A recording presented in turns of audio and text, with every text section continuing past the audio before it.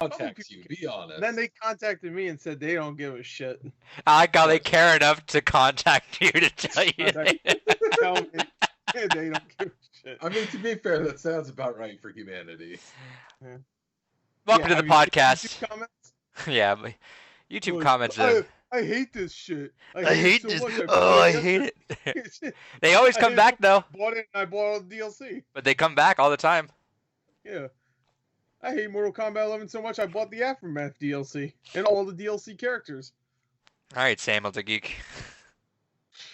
Did you buy the Aftermath DLC? No, I just remember the PS3. Now I can bitch all I want. Oh yeah, makes sense. Welcome to the Blue Rupees podcast. What's stopping them from doing that before? So. That's true. Let me update this while I'm at it. I'm Adrian. You got Gore here. You got David here. Hell yeah. The usuals. No guests allowed. No girl zone. Guests allowed. Not that anybody wants to be a guest, but if they did, no guests allowed. Reggie Beesman. Hey guys, nope, no guest. Nope. Back to GameStop, dumbass. Hey, don't be mean. Reggie's awesome. What? Do not be mean to Reggie. I was in the bit, retard. All right, Nope. give me a second. I don't like you. I don't like you. Why am I here? Why am I toxic? This is our video game podcast. Goes up every Friday now. This week we have Friday? Yeah, Friday. It's almost Friday my time. Yeah, well, it will be Friday by the time we're done recording this podcast. Well, no, it will be Friday by the time we're done saying what we played. No, what we bought probably. Me, for me. It won't.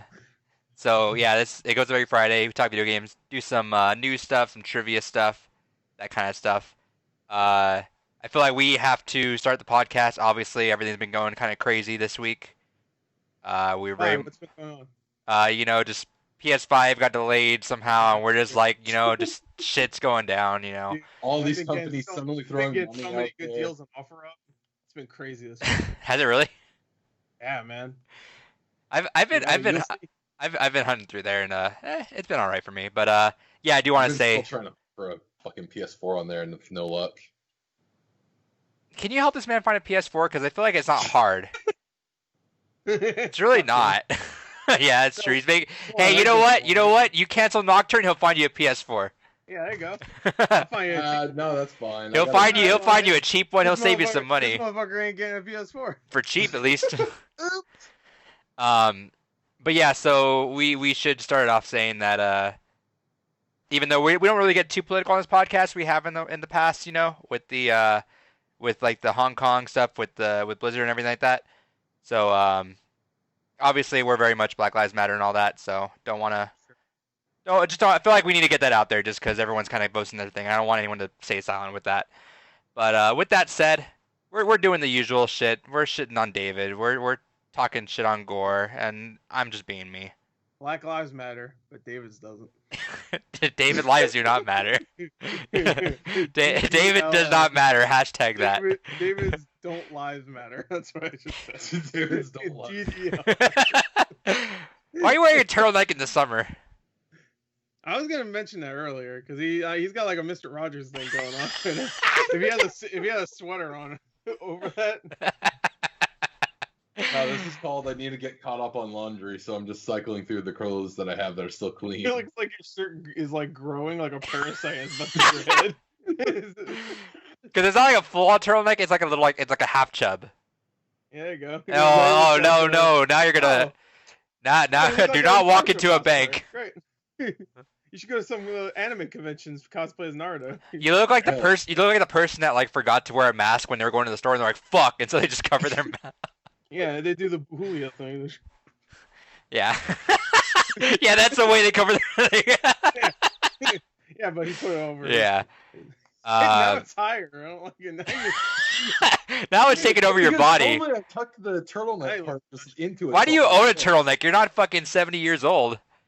Yeah, you're not Steve Jobs. Fuck. I bought it because it was $3 and it fit me, so like fuck it. Had the shirt for years. Jesus.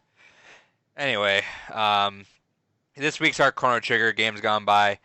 At the end of the month, it will be Nier Automata, which is the date before that is, let me scroll through it. Is it the 29th? I'm just guessing. 28th. No, 26th. Sorry. 26. Yeah. Yeah. July is Gore's pick with Shadow of the Colossus, and then the last pick before we shuffle things around. August, we got a black, just like a black. We decided to take a break in August. You know, we're kind of like stressed out. We want to play one deep dark pit of nothing. I have all the time in the world to play whatever in August. We had so many. We're gonna play Kings of Amalur in August. You know. Yeah, man. A couple re-releases that month. Man, I can't wait. That Mafia, hell yeah. You're gonna have fun with Nocturne. No. Anyway. So that's our schedule there. We're streaming this live. We're late today because I had to go do some stuff. But yeah, usually we're around 7 o'clock. 7 o'clock Eastern Standard Time. I think, right? Is that what we're doing? 7 or 8? It's 8 o'clock. 8 o'clock. 8 o'clock Eastern. 8 Eastern. We used to do 7, kind of. Yeah, but we bumped it back. We're trying to keep it consistent, but obviously that fucked up. We do streams Saturday, Sunday, and Tuesday. I know Gore and I are gonna stream a watch party. Not once we're done with Hell's Kitchen, because I know Gore really wants to watch the end of that. But once we're done with that, very excited. Gore and I are gonna do a watch party of something different. Not like an actual Twitch Amazon watch party, but it's gonna be like something that we're gonna pull up that wanted him and I to watch, and we can react to and put that online. That'd be kind of fun. We'll announce that when we get closer to it. Oh, I just did. Sorry. You didn't hear that. I didn't hear it either. You didn't hear it? Good. Nope. There you go. But yeah. With that said, I know Gore's got a lot to play, so we'll save him for last then. So, David, what'd you play? I've been bebopping across a couple things. What the fuck says that? You've been b-balling? Huh? You've been b-balling? Is that what you just said? B-balling. No, you said bebopping. No, I think he said b-balling. No, I said bebopping. No, I'm thinking he did. I'm thinking Gore's right. Yeah, like usual. Have you seen the trivia? There you go. Shut your mouth. Alright, let's give you the one I lose. Oh no, I'm only 85 points ahead now. My hubris. Very good. But yeah, I haven't really been in the mood for really playing much right now. So I've just been playing a little bit of like, you remember when those that developers were releasing a lot of free games on the Switch? Around Which Christmas one? time. Oh, okay, yeah. Fair. Around Christmas time, there was some developer. So you're pulling Samuel and playing all the penny games. Yeah, basically. I was playing through like one of the puzzle, the little jigsaw puzzle ones. I was like, fuck it, I just need something mindless right now. So get Man-Eater. Hey, tomorrow, or not even tomorrow, in a couple hours, you could just buy that Clubhouse game, and my copy's coming. You get 51 of those garbage games in one compilation. It has an 83 on Metacritic. It's pretty good. Oh, I hear that's pretty bad according to one of our friends. Oh yeah, who's that? No, that's an 81. Oh. 83 is great. Okay. You didn't get it. Yeah, I wasn't sure. I wasn't sure. 81's mediocre, but 81 is also great whenever it services him. So shout out. If you're watching, you know who we're talking to, you fucker. Speaking of guess, he was the only guy that we ever had on I think he did. And the only one, and the last one, forever. We had him on, and we're like, you know what? This isn't our style. Yeah. We had to call Phil Spencer and cancel our appointment with them. We're like, we're good. Yeah, Don Matrix called us. We're like, hey man, don't you work at Pizza Hut now? Don't you got a Pizza Hut to ruin now? Yeah, don't you have a? I'm trying to think of like a CC's Pizza. Like he's not even like good enough for Pizza Hut. CC's He's got, Pizza. Like, CC's Little Caesars. CC's Pizza's always trying to like make their pizzas look all like fancy. I know I watched this food review couple, like they all like go to all these different places for all that stuff, and they got sponsored by CC's to do one, and all of a sudden it was like the nicest pizza you've ever seen out of CC's. I'm like, that's bullshit. They had like an all hands on deck, like, hey, let's hire fucking. What's up? I just realized he works at Chuck E. Cheese. That's why they did the whole thing where like they renamed it and then tricked people, just like Don Matrix would do. Yeah, there you go. Right. Anyway, I could call him Don Matrix. Play a lot of John Matrix. Why don't you get Maneater? Maneater's like the perfect game for like mindless shit. I just have it. Yeah, I don't have it. I'll pick it up eventually. I started Nier. Absolutely loved it. Played it for about an hour. Got to the end of the first boss fight. Oh, I think I got to the end. No, I loved it so much that I played an hour. What's up, Green Super Flash? What's up, Casey? I'm still more of in an RPG mood. I actually may start up Nocturne early. Well, you kind of need to because that boy going. 500 Oh, hours. actually, if you finish it early, you can do a show by yourself and talk about it. You're gonna have fun with it, Gore. I'm not gonna have fun with it. I assure you, I'm not. But whatever. I like it. I feel like you haven't understood this, David. That Gore's literally It took me a month and a half to finish Chrono Trigger again. Gore's. I didn't finish it. I got all the way to the end. I didn't realize I didn't finish it. I hope you realize, David, that this is not a bit that Gore's been doing for the past 2 months right now. This is literally just. Oh, have you noticed that he's been in a bad mood for 2 months now? Yeah, you ruined my life for 2 months. You'll love it. No, I won't. Don't tell me what I like. Oh, I'm telling you. No, you're not. You're fucking making shit up. Aside from that, I've also played a little bit of Warcraft 3 Reforged. They've been doing a lot to update all the broken shit with that game, so I figured I'd kind of dip my head in that because that's something I know that game like the back of my hand, so I can go through. Hell yeah. Hell yeah. Hey, good. I don't think he heard you. Yeah, you didn't hear me. No, don't worry about it. That was just a reflexive comment. Yeah, hell yeah. He agrees with me. Yeah, I do. But I don't know. It's all right. The game is definitely still not what they had promised when they were initially announced the remake. But all in all, it's fine. There's nothing about it for single player that I'm like, this is atrocious. All the multiplayer stuff that's been gutted does fucking suck. But that's something they're working on putting back in. The fact that they have to put it back in is stupid as shit, but whatever. But all in all, I mean, it's fine. It's not a bad game, especially now with everything they've done. I probably would be a lot more vitriolic towards it if I had played it when it did originally launch. But it's all right. And that's basically what I've been playing. All right. Then Gore's got a lot. So I fucking know. Because you said at the beginning, it's going to take 9 hours for me to get through everything I've been playing. No, I was joking. Only 8 hours. I didn't this is not a bit, Adrian. He's being serious. Everything he just said was a lie. I didn't even say that. I said by the time we're done talking about what we played, it will be Friday for me. Is all I said. And he said, well, at least what I played. No, I said for me. Like, no, I didn't say that. I said at least for me. Rewind the tapes, everyone. Because it's Eastern time. It's like 20 minutes away until Friday. I did play a lot though. So. All right, so then I'll go. But not enough to really. It's fine. I only had a couple things. No, you go first. I don't give a shit. I don't want to go first. Neither of us are going first. David did. Well, I mean, David doesn't count. So. Oh yeah, David doesn't matter. David don't. Yeah. David said, well, I played a little bit of Jigsaw or whatever. So. You talk about your shit. Yeah, talk about how you played Overwatch, and that's it. Yeah, pretty much. I play a lot of Overwatch still. I've been grinding through that still. Remind me, there's a really cool. I was gonna try to throw us on a surprise, but I keep forgetting, so just remind me now. I found on YouTube. There's a really cool boss battle mode in Overwatch that someone made in the workshop. That it has different stages. It has 5 bastions in the middle that are computer controlled, and it's 5 different stages, and you gotta beat them in different ways. And some of them will be it's toxic, and they'll have some sort of poison there and stuff like that. And it's actually cool, almost like a puzzle mode that you can do with 4 people. Yeah, I hope they do that for Overwatch 2 with their little their missions. I don't know where you're going with that.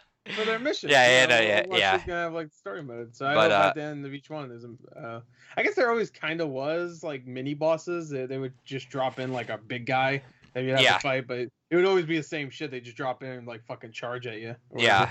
But that was cool. So I kind of want to play that if you guys want to try that. I have been playing. I was kind of doing the events again yesterday because I forgot. I just noticed they gave you loot boxes for each of them, and you got an achievement for each of them too. So I went and did all those. Those were the mods in it, and they're all right. You know what?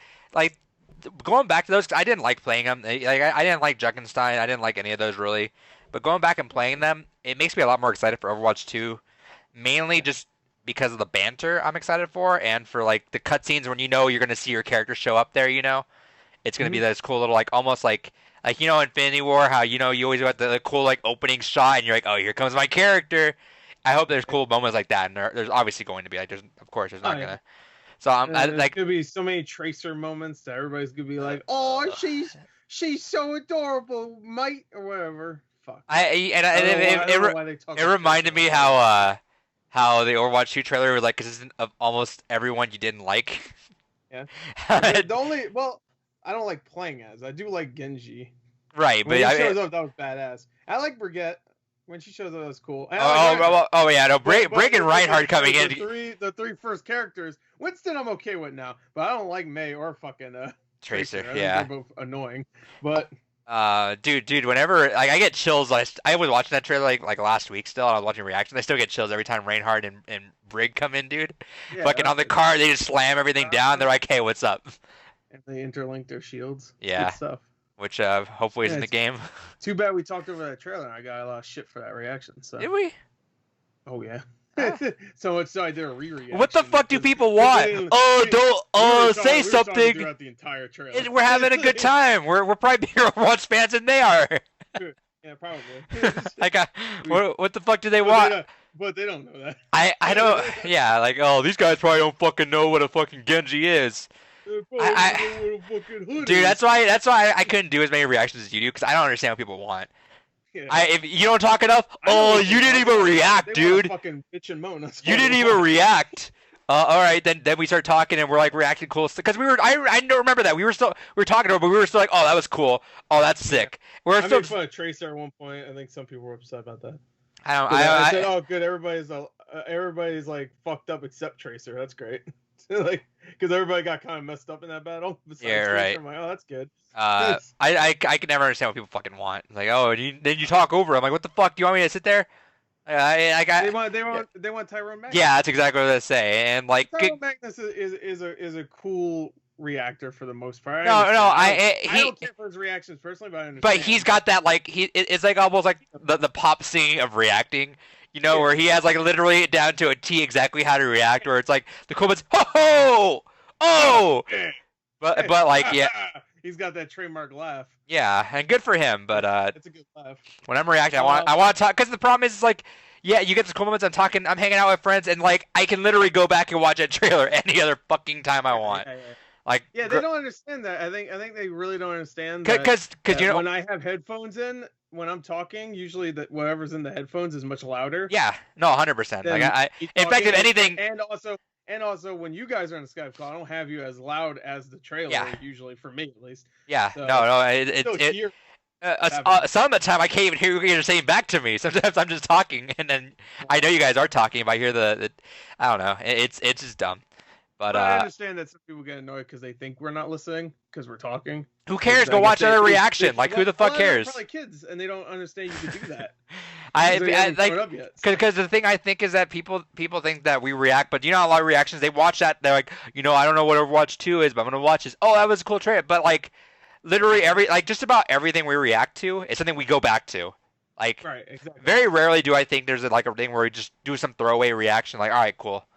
Like the most I could think of was probably that Silent Hill thing, because like whatever, because we were on literally right when it dropped. I was gonna watch it. Yeah, I know, but it was on. But it's because and I was too. But I mean, it was on. We were literally in a call finishing up something else, and we're like, let's just do it. To play for Last of Us. Yeah, so we're like, why not? But like literally every other one, like every other thing I react to, I have gone back and watched again, just because like I can. It's called YouTube. I can go back and fucking watch it if I want to listen to it. I don't know. That's part of the fun is hanging out with everyone and talking. Like, what the fuck? Yeah. But some people enjoy it though, and those people stay around. Sure, but there's different kinds of reactions. Like I like there's times where there's some reactions I don't like because they do talk over like really cool parts, but like obviously they don't really care. They're talking about something completely different, and we do that too sometimes. But who cares? Go watch another fucking reaction. There's like 90 of them. Fuck it. Yeah, go watch the one where they just sit there and go, oh, that's Tracer. I play that character. Oh man, is there are a lot of really cool Overwatch 2 reactions I was watching Big again. Monkey Man. Who's that? There was one dude I remember who didn't have that many views. It's just some kid, Yeah. and right when Winston's looking down the fucking that Omnix fucking barrel, and the guy's like, "Man, where's Genji at?" And then 2 seconds later, Genji's like, "Oh, my boy Genji!" I'm like, "All right." But yeah, no, that made me more excited. I'm looking forward to it more thinking about it, like, because I'm like, okay, Overwatch 2 is gonna be cool, like, because I never really been into the event stuff. That's why, like, I'm always gonna buy it. Like, there's literally no way I'm not gonna buy it. But it's now I'm like kind of getting into the groove of like playing it now.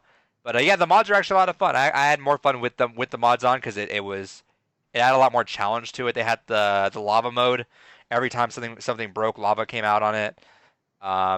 Only critical hits for one of them, which was fucking difficult. Like, dude, you have to fight those fucking assassins things that fucking crawl around everywhere and knock you down, but you can only get them with critical hits. Some of them, what was it? They have a glass cannon mode where you have less health but more damage. So Roadhog had 210 health. Right. And that's Roadhog. What the fuck else? It had you can only gain health by doing damage. It had a lot of cool modes, but it was actually a lot of fun. I actually had fun with that. What else have I been doing? I finished up Chrono Trigger. We'll talk about that. I feel like I've been playing something else, but I can't think on the top of my head. I played a little bit of Apex. I tried the new girl out. I got kind of bugged because I redeemed my Bloodhound edition finally, so I can get the Apex coins to get her. Yeah. But it turns out if I spent the money, because I immediately I put it in, I'm like, cool, I bought it right away. Then I looked at the Battle Pass, and the Battle Pass, you get all the gold coins back immediately from buying that. So I have less coins than I could to Battle Pass, even though I could have bought the Battle Pass first and then bought her and had pretty much. Yeah. But now I fucked up and did that in reverse. A few people actually told me that when I did a reaction for it. Like, yo, if you buy a Battle Pass, you pretty much get you get so much like extra stuff as well, and you get all your coins back. I'm like, what? Yeah. I fucked up, so I noticed it literally like 5 seconds afterwards. I got kind of pissed because now I got to spend $10 if I want to do that. But I'm not gonna have time for a season pass this season anyway. I have a lot of other shit to play. Yeah. Yeah. Well, one really long fucking game. Shadow of the Colossus. Yeah. Yeah. Did I feel like I did play something else, but I can't think of it. Oh well. Gore, what you been playing? Okay. I played a lot of stuff, but not like a ton of each game. So it was like one of those things where like I started up Nier Automata again. Automata, whatever you want to call it. Onomatopoeia, whatever the fuck. I hear literally I've never heard like every time I hear that name, someone says it differently. Yeah. So whatever. I think it's Automata, but whatever. Like I heard Jeff Keighley say Automata.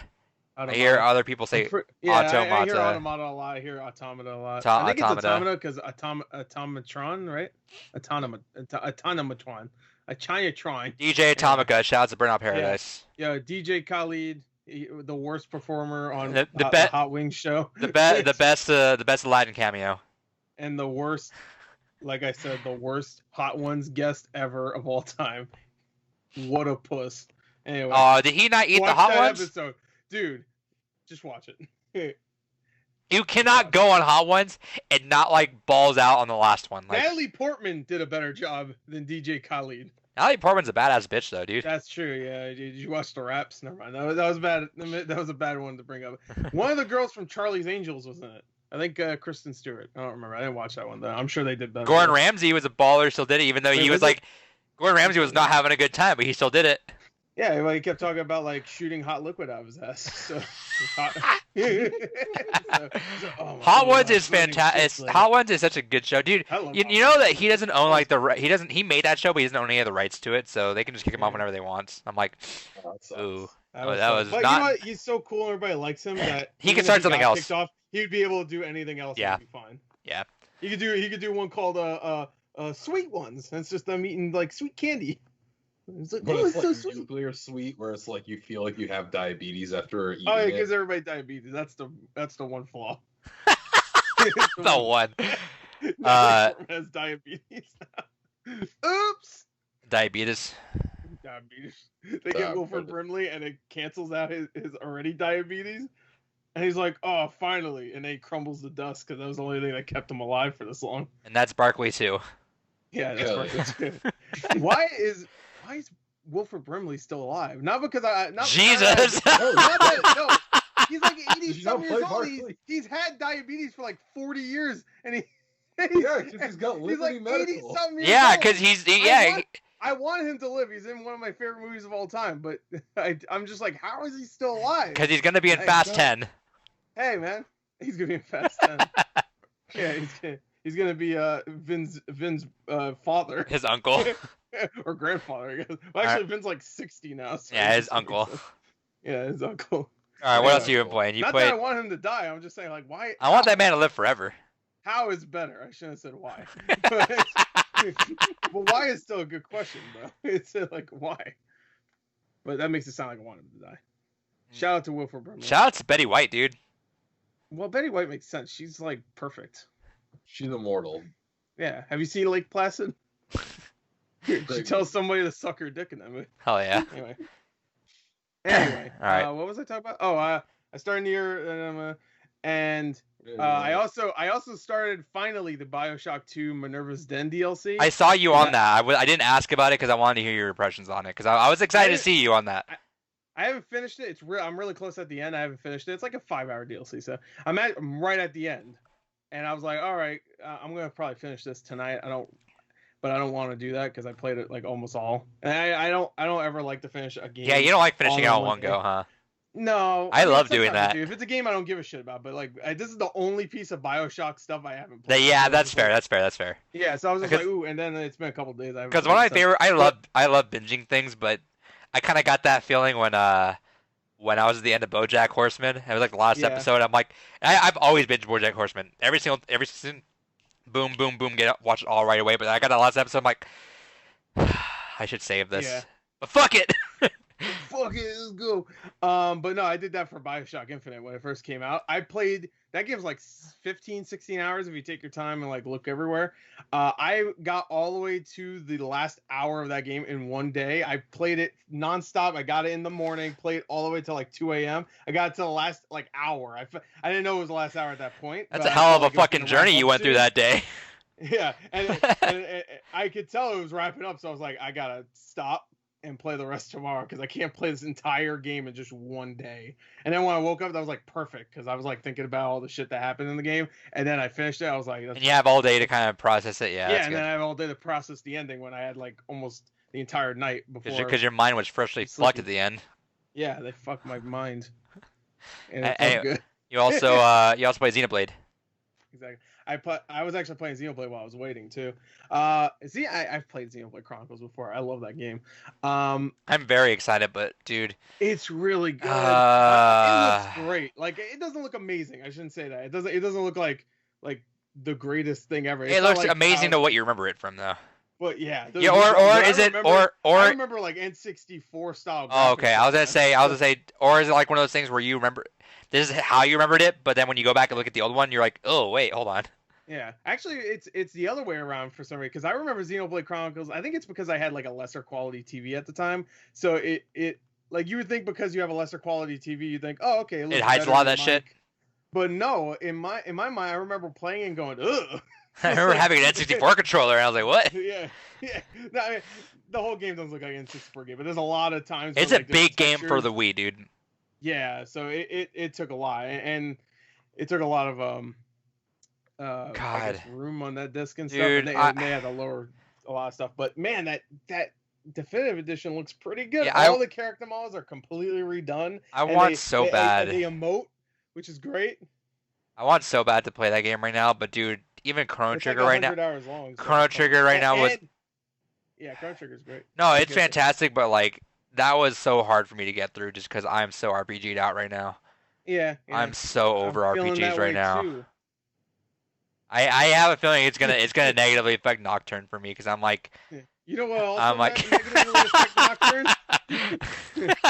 The fact that it sucks. Oh no. I don't like it.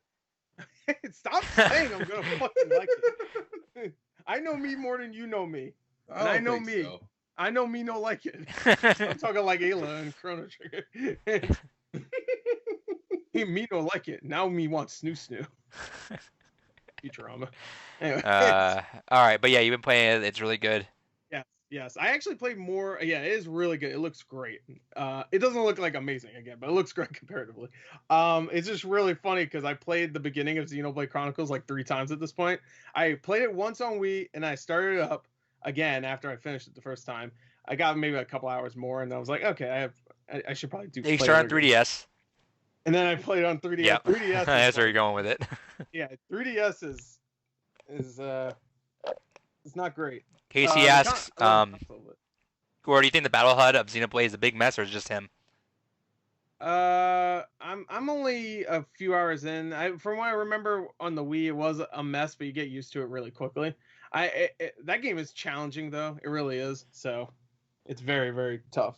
And Xenoblade Chronicles, I had many moments where I'm like, I don't know what the fuck's going on in this battle. And I don't think it was really the overlay, all the information on the screen. It's just that there's a lot of stuff to remember and a lot of stuff to do. It's a very active game, even though you're not actually. It's kind of like how KOTOR plays, where you're kind of like auto fighting a lot, and then you're picking your moves. So it's kind of turn-based, kind of, but not really.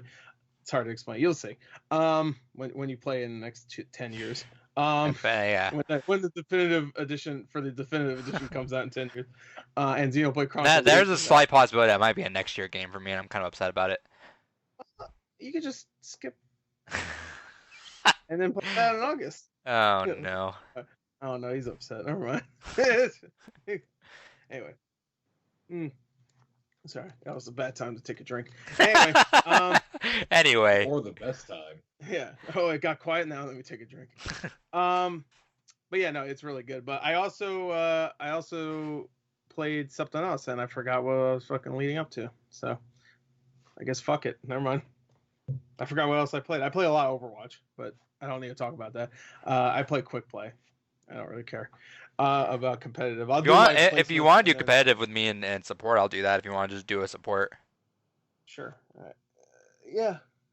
I guess that's fine. I'm in platinum right now, so right now I'm just dead inside playing. In what, support? Yeah. You got the platinum? Oh no, sorry. No, I went from diamond to platinum. I've been stuck in like mid platinum for a little while now. Which one's platinum again? It's 2,500 to 2,999, right? Or is that 25 to 3,000? Yeah. Then 3,000 to 3,500 diamond, and then so on. Okay, so I'm diamond in support. That's the only one well, right now I'm not, but most likely I'll still be, because usually I do fine as healer. It's just that it's really fucking annoying with the other two. See, I've been like, especially tank. I just hate doing tank because dude, support I do fine because I could balance like fighting and healing pretty well, but like I just hate playing tank. I hate it so much. I like it just because Roadhog can just do his own thing. Yeah, I can go run off, and if I need to, I come back. But I usually don't get to play Roadhog because everybody immediately selects him. One thing I did recently though in Overwatch is I started playing both Orisa and Ryan. And no, who the other one is? Winston. Oh no, never mind. That's a fucking support character. Soldier. I remember I started playing 2 characters again, like because I used to play 2 characters. I started playing Orisa more, and I started playing Brigitte more. Okay. So those 2 characters. Brig is a lot of fun when you have like a group that sticks together, and you're just like literally just in the middle of a fight, you're just holding the trigger down, and you're just like, all right, cool. Yeah, you're just going at them. No, the whip shot's fun. She's a fun character. But I want to pick up. Orisa's a great character. I know you don't like her, but she's boring as shit, dude. I don't see that. I think she's literally ever since her update that made her way more powerful and way more of an actual attack character than she was before. I know she's a defense character, or tank, but she's also. She's just the most boring. But like, she's not boring at all. Sucking them all in and stuff. That's fun. She's the one tank I would like to refuse. Whenever I was playing tank and someone was like, "Hey, go to Ursa," I match back. No, I'm not doing that. I'm trying to pick up more Ryan though, so I can do a shield tank. You gotta get with it. I think she's way more fun than both Ryan and fucking Winston. Oh, dude, Ryan is definitely not fun. Oh, dude, Ryan's so good. he could be fun. So because but I don't see how Ryan is fun. You hold up your shield most of the time, and then like if your team's doing good, then you can go in and fuck people up. But if they're not doing good, you have to hold your shield up so they don't fucking die. It's hard because it's a management between shield and not shield, and you gotta know when to shield, when not to shield, when you do need it, when you don't need it. But Ryan has I've been that he can do when he has a shield up. I wish Ryan could do one attack while he had a shield up. I almost wish he had a Brigitte like bash that he could do. That'd be great. Yeah, it just sends you all the way over there though. You can stun like 5 people at once. That'd be an achievement. You gotta stun 6 people at once or some shit. My YouTube is straight up just all Overwatch shit right now. Mm-hmm. I've been watching all the tip videos and rank videos and watching Grandmasters play and do all that stuff. Mm-hmm. And someone explained to me, Jane, he said it perfectly in a way that I kind of want to start playing Ryan a little more. Because it's fun. You see the people who pop off for their own roles, and usually the tank players kind of like make themselves like you kind of understand them when they talk about it. And there was one Reinhardt that he was watching just swinging your dunk, and he's like, "See, man, you guys are missing out if you're not playing main tank. Nothing more satisfying than hitting someone. You just hear that loud dunk whenever you hit a good hit in there." Yeah, man, that's fair. Also, really satisfying? Earthshatter when you grab like 4 people and then you knock them off a fucking map with your little dude. thingy. But tell me, Earthshatter's not one of the best ults though. Whenever you get it, and you just land a fucking juicy one. Yeah, it's fun. So fun. But I would say a lot of the ults feel good when you land a good one. Yeah, but Orisa sucks ass. No, Orisa's good when you have everybody together and there's 5 people in front of you. Like until one asshole is right behind you and just breaks it right away. Machine gun go burr. Oh, and I just got my shield back too, so you just straight up one pew. Oh, right in front of the thing, you can't shoot it. How do you Orisa's here? What the fuck you gonna do? How do you feel when someone's like behind there though, and you put it down? All right, here's a supercharge, and 2 seconds later it's gone. Or you can say, "Oh no, my Ryan, there's another Ryan there, and he put out his shield. Now my fucking ult is fucked." What? Oh, that's your fault. Oh, well. Or it's a mind game. And Ana puts you to sleep. That's fun, dude. I love whole hogging a charging in Ryan, dude, and he's just running it like how that. Make the character good that you can fuck him up with one of your regular abilities. No, the whole hog. No, his charging you just grab him. Oh, Ana sleep dart is like one of the best fucking moves in the game, dude. Ana sleep dart. So fucking good, dude. I love hitting anyone out of that, out of a Moira, a Genji, a McCree, just hitting anyone, dude. I've been playing a lot of Ana too, and dude, that's so much fun. If he's reflecting, then you go to sleep. Yeah, that's true. Go to sleep, punk. Go to sleep. And he puts 2 in your brain. Ninja stars. All right, moving on. I'm not done. I played something else. I don't remember. I played some weird ass game. Shout outs to Keymailer. I got a game. Actually, no, never mind. Not shout outs to Keymailer. I bought this one. Oh, shout outs to Keymailer anyway. Shout outs to Keymailer anyway. But I bought this one. It was a game called Many Faces. It was like $4, and it had like a lot of good ratings. So I was like, fuck it. And I read that it had some easy achievements. So that made me like, oh. And it does have very easy achievements. But it's just it's a game where you just go around. It's like a kind of a wave-based game. And you just go around as this little guy and you just shoot faces. And then you have to shoot all faces. And after 4 stages... Is it normally that much money? No, it's like 5, I think. It was 4 because it just came out. But you go around, you shoot all the faces. And then you have to do that 4 times. And then you fight a boss, which is usually a face, and you shoot that face, and then you win. It was really easy. I got 1,000 achievement points from it, so whatever. I think it's $5 now. So hey, if you want some easy achievement points, and you don't want like a terrible time, it was okay. It's just very simple. I finished in like an hour, so. Oh yeah. But I think there was something else I played that I completely forgot. But go ahead. Oh, we're good. No, I'm good. I'm good too. All right. So, David, what'd you get this week? A lot. So digitally, I got a bunch of shit. A combination of a lot of game companies throwing out free shit and combination of Hummel monthly coming out. So digitally, I got Ascent, Dolores, Thimbleweed Park Mini Adventure, Warwind, Heave Ho, Mo Astray, Warsaw.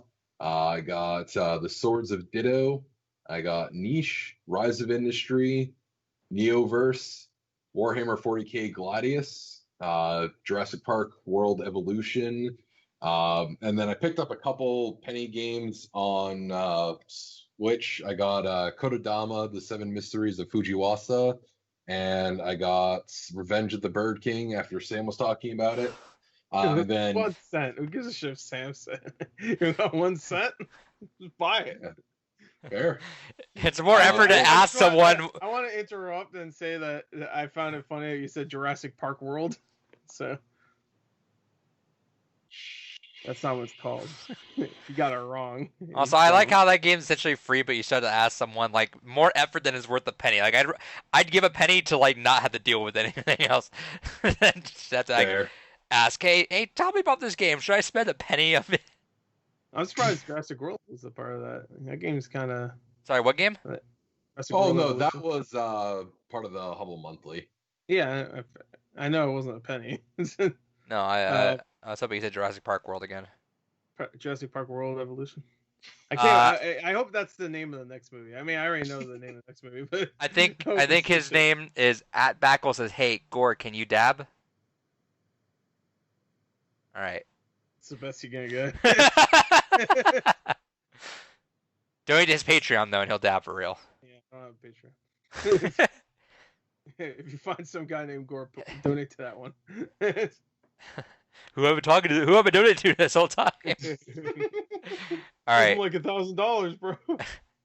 I asked them to review Hackers. Hell yeah. Yeah. What else? Like 316. So for physical stuff, my GameStop orders came in, which was a sad reminder that my PS4 doesn't work. But one of the things I got was for $6, pick up the School Gohan statue. I got that too. I forgot to bring them over here because they weren't that big of a deal. Fair. And then this is why I'm sad that my disk drive was working my PS4, because I got my collector's edition for Grand Blue in. And he made me buy that, and then his PS4 broke. I know, what an asshole. What a dick.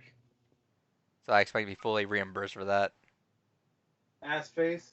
You expect these nuts. Nah, I'm trying to work on getting a replacement PS4 here. Oh, you're gonna spend more money on it now because you're not helping Gore out.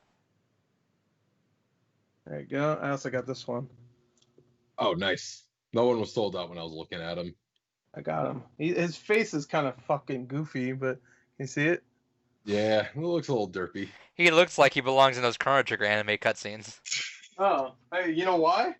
Because it's the same guy, right? Yeah. I wanted to get that. Those are very goofy cutscenes. I wanted to get the All Might one because it was only $1, but they weren't shipping it, and I had to drive to a store that was like an hour and a half away to pick it up, and I'm not driving an hour and a half for $1 figure. Yeah, don't like All Might that much, eh? I mean, I like it. You know, great fucking series, My Hero Academia, but it's not worth spending the gas to go get a $1 figure. Well, I mean, you're making it. It's evening out. Also, it's not $1 figure if it's on sale like that. It's obviously worth more than $1. Well, obviously it's worth more than $1, but or $5. Yeah. All right, what else, David? Hey. Torbjorn. That's how he sounds. Torbjorn. Torborn. All right, Dave. What else you got? That's it. You said you got a lot of things. Yeah, a lot of free games. Yeah, I got a lot of digital stuff. All right, Gore. What'd you get? I might as well show these because I'm not gonna keep them over here. I got this sign. Yeah, I really wanted that, but it's how much was it? 20. Yeah, if it goes down to like 5, I'll grab it. 5? Yeah, I don't have room. $5. Probably will. Maybe. No balls. When you see something I got, you're gonna know how cheap I got it for. Yeah. All right. Anyway, back to it. All right. I got a bunch of stuff. Actually, got a bunch of stuff. like really. Like actual stuff, not this digital shit. Yeah, you poor fuck. All right. Tell him, Gore. I pre-ordered this like a year ago. This thing I've been wanting for a long time, and it sold out really quick when it first had its first print run. But I got it this time. I got that Breath of Fire Complete Works. Yeah. Nice. There you go. Hell yeah. Bring it back. This one's the hardcover though. The original was a soft cover, so. And it made you soft too. Oh, huh? Never mind. What? Oh, I'll beat some people's heads in with it. I got that Xenoblade Chronicles, another works thing. It's so fucking. I haven't opened mine yet, but I watched your unboxing. And I'm like, oh, dude. And also, thank you for not spoiling anything. I knew I was confident watching your videos because you were actively make sure you wouldn't spoil it, but there was one they spoil something big. I'm like, whoa. Yeah. So. And you know what?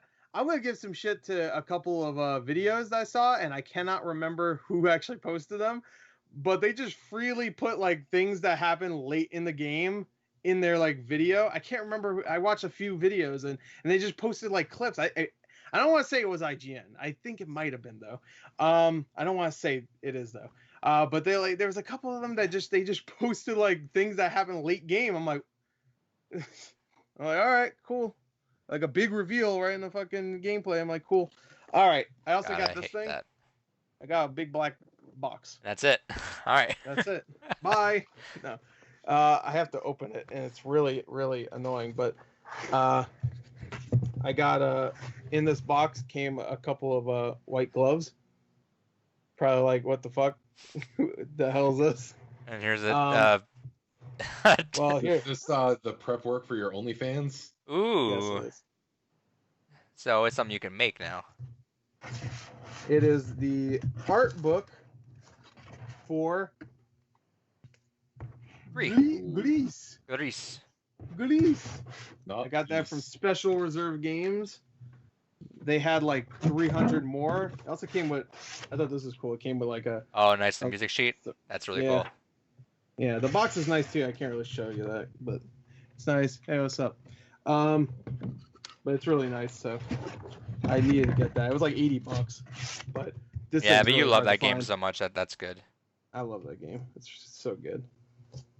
Hey, that's a game about empowerment that's done right. Not that I played any game that doesn't do it right. I was about to say, as opposed to what? I don't know. I'm sure there's one that fucks up. Anyway, Captain Marvel. Yeah, a video game. What a dumbass game that was. Hell yeah. Actually, a Captain Marvel game would sounds like it'd be fun. Anyway, she's fun in what was like Ultimate Alliance? Was she in that? I don't know. Yeah. Anyway, I think I played her in that. Anyway, now I got a bunch of other stuff, so let me just get through this real quick. I picked up BioShock Collection on Switch. So there you go. I heard it runs really well. These run great on the Switch, so that made me really want to get it. So, and I love BioShock, so I had to get that. Are they actually physically on the card? Or? No, only the first one. The other two are on digital, I think. Well, maybe hold on. No. Yeah, no, I don't think so. I mean, you have to download something. But it's only 31 gigabytes, actually, surprisingly. I thought it'd be more if it's 2 full games like that. I got the Child of Light Ultimate Edition and the Valiant Hearts. Oh, nice. I love Valiant Hearts. That was a great game. I played a couple hours of... The fuck, man? I never played... Why don't you show some respect, all right? Put some respect on my name. Hey, World War One. World War One. Heard of it? All right. This, I wish I could say this is complete, because I really want this in my collection. It's not, though. It's not. It doesn't even have the disc. Someone's just selling this case, and I was like, you know what? I'll probably find the game disc somewhere, like online for cheap one day. And I'm like, let me get this case now. And I got the case for Skies of Arcadia Legends. When did you buy that? When you buy that? Why? Where'd you buy it from? OfferUp. What's up? Oh, okay. Because I saw like a couple of those go on Mercury, and I was like, like in the last like week. Was just about ready to say, no. If just bought this disc by itself. I have a feeling we're gonna have like some competition in the future. So with like I use Mercury too, so. No, because I seen a couple of those go on there, and I was because I like only maybe 2 or 3 in the last week, I think maybe. How much did you see them go up for? I can check really quick. Yeah, because I got this case for pretty cheap. I mean, just the case you said? Yeah, it's just the case. Oh, no, maybe. Yeah, I got it for cheap. It's just a case, like I said. How much was it? And it doesn't. I got the case for 15, but the game goes for like 160. So. Yeah, the case is 31 and it sold 3 days ago. Yeah, so I got a good deal. $15 for that. I got Batman Arkham Knight sealed. And along with that, I got Mario Brothers. Nope, that's not it. Mario Brothers Brawl. Mario Brothers and everybody else. Mario and Friends. I got those for $10 together. So nice. You flipped the hell out of that. Hell yeah! I got that Saints Row the Third remaster. I really want, that's dude. what I played. That's dude. I didn't know they actually. I thought they just put it out. And I saw it side by side, and I'm like, holy shit! I really want to play that now. But that's gonna be a game that goes on sale soon. I'm sure though. Sure, it's $40 though, and they went all in on that. Like David, if you didn't know, the first couple hours, and I'm like, whoa. If you didn't know, they like legit remastered that game. Like not like some bullshit like, oh, we just put it on the next gen platform. They went back and like did everything. Yeah, no, like, that is easily one of the best remasters I've seen. Yeah, it really is when it comes to looks. Gameplay wise, it's still fun. It's a little dated, but it's still fun. Good game. Humor's still there. The game is fun. Best Buy had just a bunch of games for super cheap, like $8. It was like all, well, they're not all, but a lot of them were PSVR games. I got Apex Construct, sequel to Apex Legends, Operation Warcade, Flipping Death, and that fucking $1 game on Switch, Kudumuri's Dreamless Sleep or whatever. Yeah, I bought that. What is it called? I just made that up. The seven mist. I don't fucking care. I'm tired of reading it. All right. One thing I got that wasn't a game is a movie. I got the Promare. I almost bought that. I want to see this movie so bad. I want to see this in theaters, and I completely forgot about it. I had it pre-ordered, but I didn't. Because I read up on it really quick. Because where 64 posted it. I heard it's good, but I don't have the money for anything that I just don't know about right now. I'm gonna get it. I'll get it eventually, but it looks really good. I want to watch it. I mean, I don't watch anything that the guy made this made. I guess I heard really good things though. I heard really good things. So I got the guy that made it. Toriyama. Well, not guy. It's like the studio, I think. Oh no, the guy made Gurren Lagann. I never watched it. Gotcha. I heard it's good. They also made Kill la Kill, which I'm sure you love that one. And Little Witch a Cat. Little Witch a Cat. Can I fucking talk? Little Witch Academia. So I'm sure you love that one too. I can't read the word academia. Reading is hard. Which is weird because I like My Hero Academia, so you think I'd be able to. Let me just get through this quick because this is fucking taking too long. I got Mass Effect 3 Collector's Edition. Hell yeah. Why did I get this? This is in a bundle. Don't fucking laugh. This is in a bundle that I got from Mercury. And the bundle included a bunch of sealed games. First game was Karaoke Revolution on PS2. That's getting flipped. I'm keeping that. See, shit. the thing is, you know so much more about like game values than I do, so you're gonna snag all that shit before I have the time to ever like look up because I would never know if that's worth anything. Yeah, well, it's not really. It's like a $25 game. The Getaway Black Monday sealed. It's like a $20 game. The one that's probably worth the most is Max Payne. How much you get all this for? First print. I'll tell you after I show you the last thing. This is a first print. This right here is worth like $150. Jesus fucking Christ! I would never know that. I'd be like, oh, Max Payne, all right.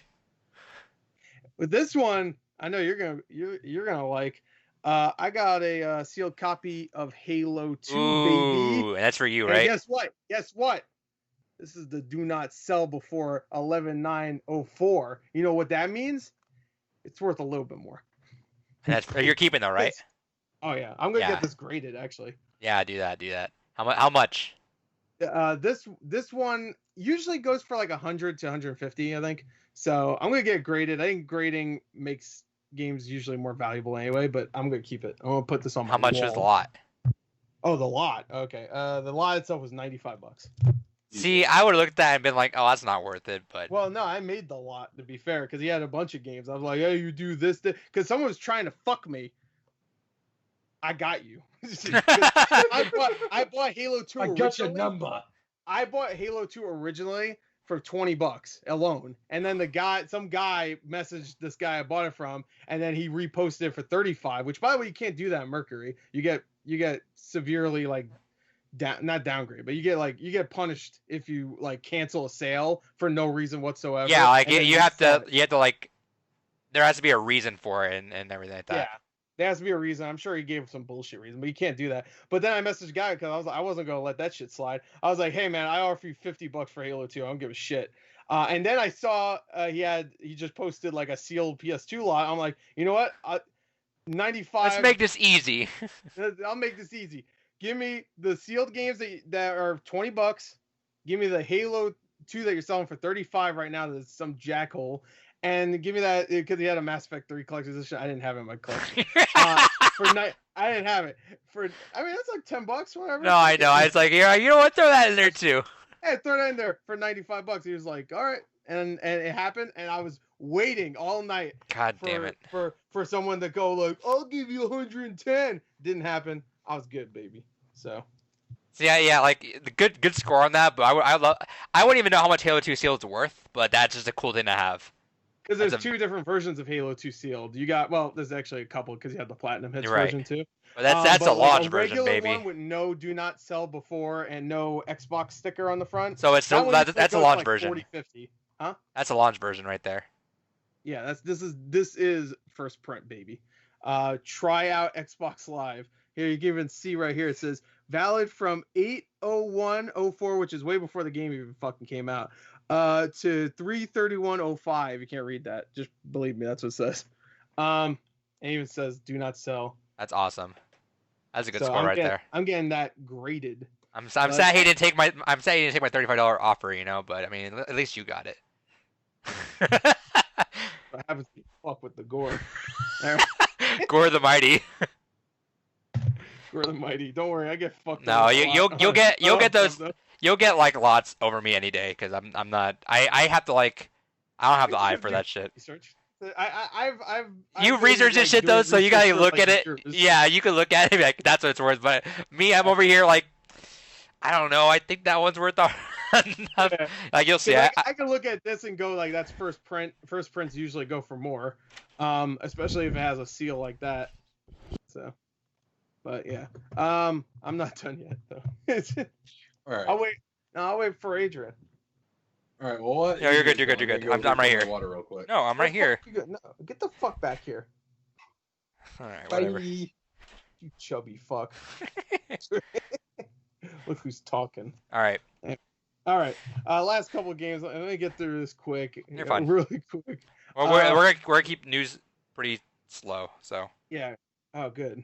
I got House of the Dead 2 and 3. That's not one of my best pickups this week, but I got it for $5. Oh shit! Yeah, it's like a $20 game. I forgot. I actually asked the guy on Facebook to buy that. I just never followed up with him. Oh, Facebook. Oh, whoops. It's actually, I mean, they're fun games. Yeah. I don't. I'm actually in the mood to play this. He offered it to me for 10. Wait, say again? He offered it to me for 10, which is not bad. Yeah, see if it's still available because it's like a $20 game, and it's fun. If you have the Zapper, that game's really fun too because obviously it's a gun. Guns are fun. And the last two things I got, $23 for these two games. I got a sealed copy of The Last of Us. Okay. This one doesn't go for too much. It's like a $20 game. That's fine. And I got you're probably gonna be like, why the fuck did I buy this? Here, I'll tell you right here. This game goes for a lot. And when I show you what it is, you'll be like, wait, what? I got College Hoops 2K8. I could believe some random sports game going for. Yeah. This was the last College Hoops game I think ever made. Yeah, because I don't remember that name in a long time. How much do you think this goes for? 90. Yeah, actually. Oh, see, I got the mind for it. There you go. I don't know why you didn't snag this, but $90. There you go. There you go, and it's complete, baby. Hell yeah. I don't collect PS3, and I definitely don't give a shit about the sports games, so that's getting sold. The Last of Us I might actually keep just because it's sealed. How much? How much? Like, you obviously you could check eBay. How much have you made in like 90 days of just flipping shit? I'll look right now. Because I don't know how much I made technically, because it takes out money for it. Right.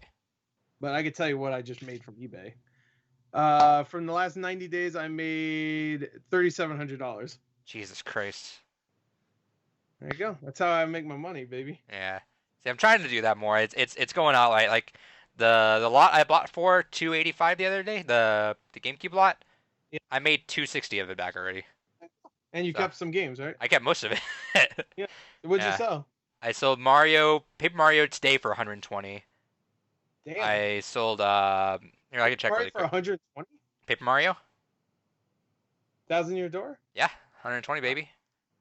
I'm getting like actually like it's nice that I'm getting like actual full price. Like I even have best offer on it, but people just do the buy it now, which is kind of weird to me. Yeah, for those games that I guess that makes sense because they probably sell out quick now because everybody's. But they were up for a while. But granted, that one was the most popular one. It had like 300 some views on it. That's weird. Maybe yours is just in better condition.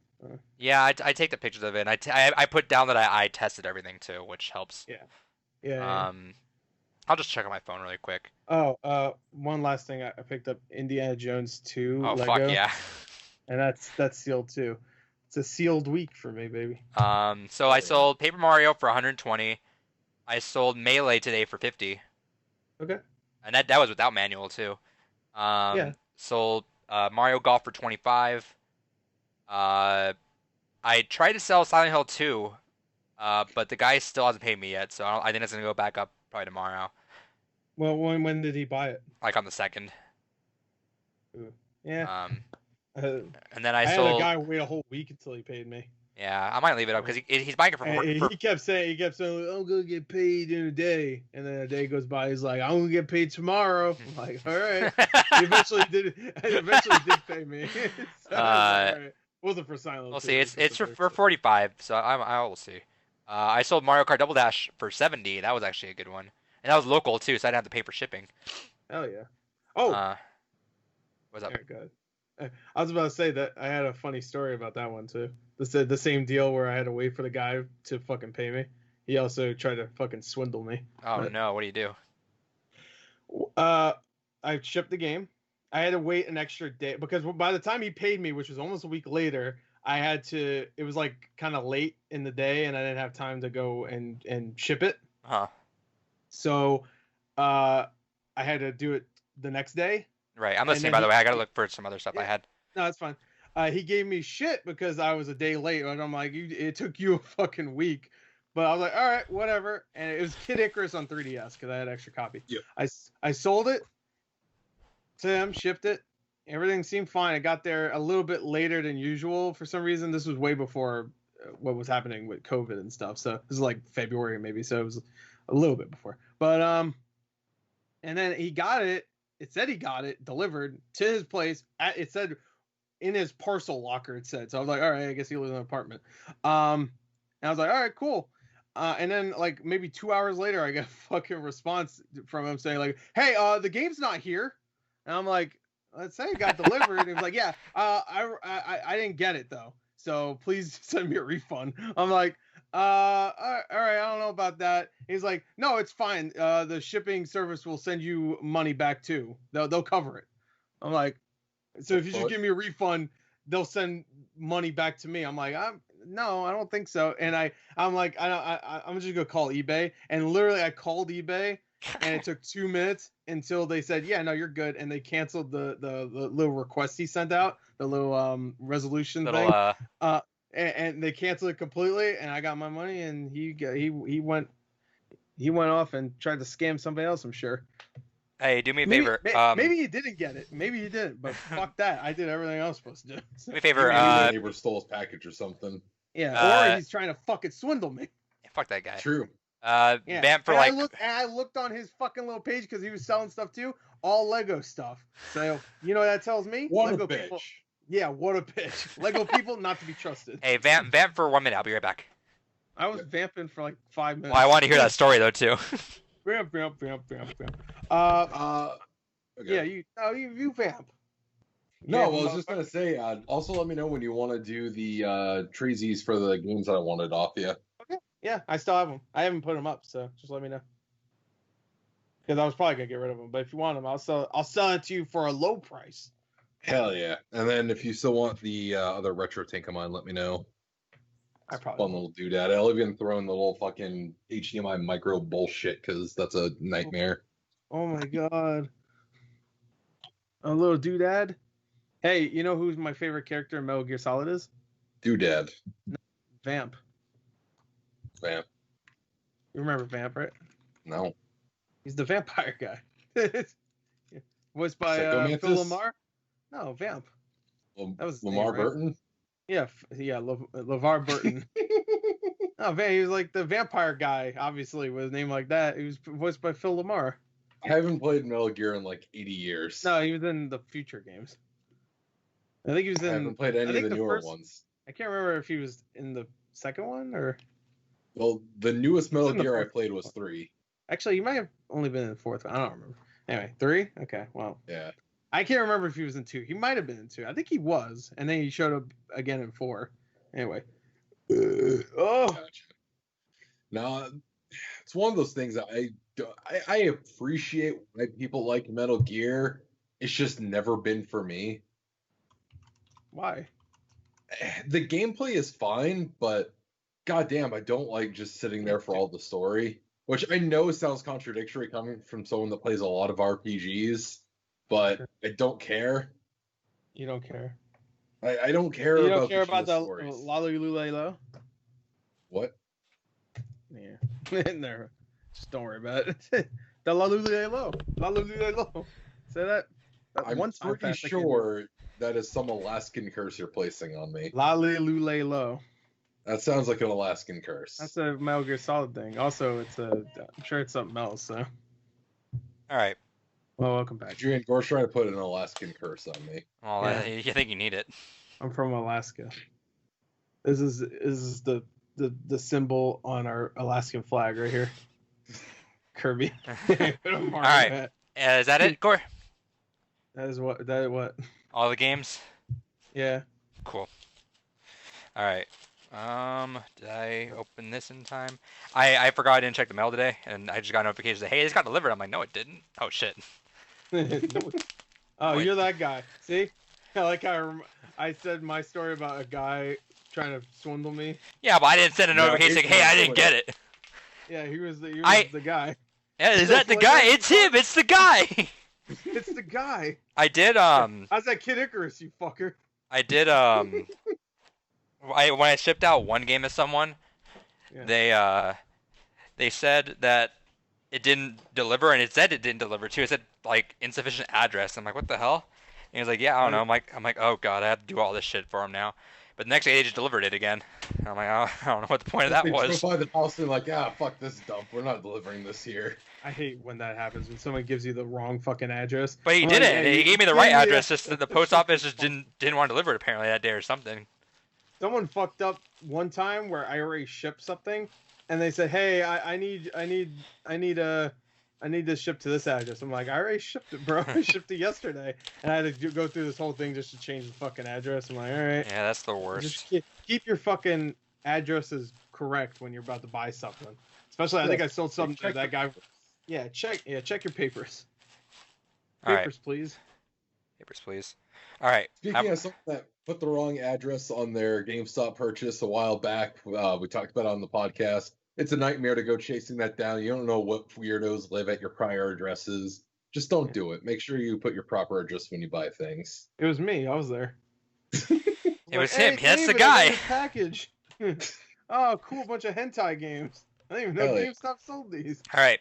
So let me go through this. I have another second wave of lots, but I'm pretty much done with GameCube stuff for the most part.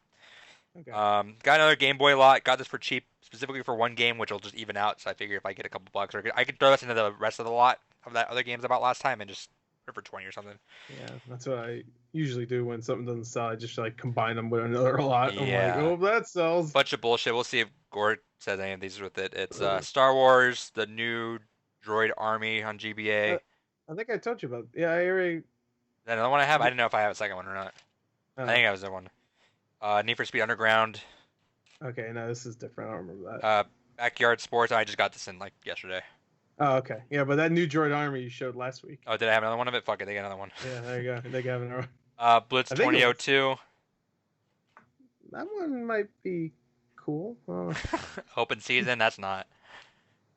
This one I think maybe right. Top Gun. Maybe. No. This is the one though specifically, just because it evens out to when I bought it for with Sonic Advance. Yeah, that's probably a good. 15 or 20, I think. Pay? I think I paid like 15 or 20 for it.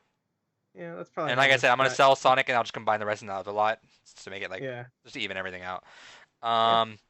Let's see what else I got. I got these two. I got the 3 games I'm about to show. Gore told me not to buy any of them, but I'm gonna buy. I bought 2 specifically to flip. Don't buy any of them.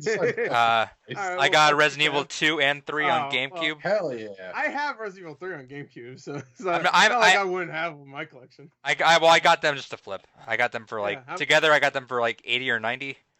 And if I flip them, no manual, but I could flip them for. Yeah, you could probably get like $20-$30 from that. Yeah, so why not? Maybe even more. I should get a case for mine at some point. And I might Resident Evil 3 goes for more, which is funny because Resident Evil 2 used to always go for more, but it wasn't even because of the new remake. Like Resident Evil 3 on GameCube just randomly started going up like last year. Right. Weird. So I might just even streaming those games on my own and then selling them afterwards, just so I have a little more content. Just because I played a little bit of it actually for the first time ever when I was testing them, and I'm like, oh, tank controls. Gore told me not to buy this, but I wanted it just because it's a game I wanted to play when I was a kid, and I know it's gonna suck ass, but whatever. Is Billy Hatcher? It's a boring game. I'm sure it is, but I mean, you roll a fucking egg around and then people you hate talk to you for 30 minutes. I'm like, all right, which is like my life. Roll an egg around. Every podcast. People you hate talk to you for 3 hours plus. And I roll an egg around. This game I got. I'll probably maybe sell this whenever I'm done with it. I don't know. I got Metal Gear Solid: The Twin Snakes. Let's see. I really want that in my collection. I haven't gotten it yet. These games I showed off already. I have such a fucking large stack of goddamn games I have to organize now. I got these. We talked about it last week, but I actually got them now. I got Siren and Suffering.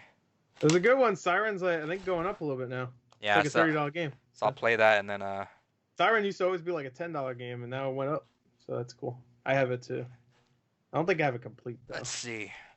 I also got a great game. I also got Apex Construct. Got that. Bought this for 18. So I'll flip that as Beautiful Joe.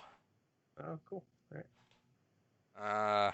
Got this shout out score. I know we're excited for this one. Odama. Oh yeah.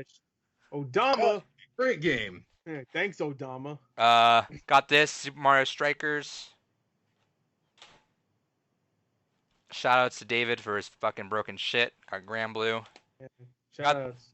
Got this one for about what it's worth, specifically just because I want to complete my collection of. Well, I'm not gonna ever have a full collection of these, but specifically to fill up how it looks is a Fire Emblem Radiant Dawn. Yeah, you can get a complete US collection pretty easily. I don't want to though. Just spend about $1,000. Yeah. You got the GameCube one. That's the one that fucking really. Okay, I'd say it sucks because I can't stream Xbox original stuff. The Hyperkin HDMI does not actually work with splitters, so it's not gonna work with my Elgato. I tried that. But anyway, whenever I do play Xbox stuff, I just want to fuck around with it. I'm completing some stuff. Not a good copy of the game, but I don't give a fuck. It's not worth that much on Xbox at least. But Road Rage. I hate that game. I liked it back in the day. I don't like Crazy Taxi. I love it. And that's a lesser Crazy Taxi. I love Crazy Taxi, dude. I can't stand Crazy Taxi. Like in the arcades, it's fun-ish. Road Rage was the shit. Anywhere else. For whatever reason, I always rented. Why am I playing this? I rented Road Rage multiple times. It plays like a Flash game to me. Like that's fair. That's fair. That's fair. And what were you saying? I rented that shit so many times. I don't know why, but whatever. I had it on GameCube, I think. That'd be worth something too. Yeah, those things go for a bit on GameCube. All right, talked about this I think last week. Got it. Total Overdose. Why not? That game's a little much. This game, never actually played this game. I'm hearing that this one and its sequel are way up my alley, so I'm excited to actually try them. Tony Hawk's Underground. Those games are great. Never played it. I love the Tony Hawk Underground. I'm so excited though, because those are literally things I just want to play when I was younger and just never did. Yeah, they're going up in value too, at least on PS2. Yeah. Got this at my local game shop, God of War Ascension. How much? $5. Okay. I don't know. You shouldn't play that one though. No, but it's $5. Whatever. Yeah, that one's pretty garbage. That's easily the worst God of War game. Oh, I'm sure. Yeah. Got Even this. comparing the PSP game, the PSP games are better than that fucking game. Got this better version of the game I had last time. It actually was disc read error, but I got this game, Tony Hawk's Underground, and another game buffed, and they work fine now.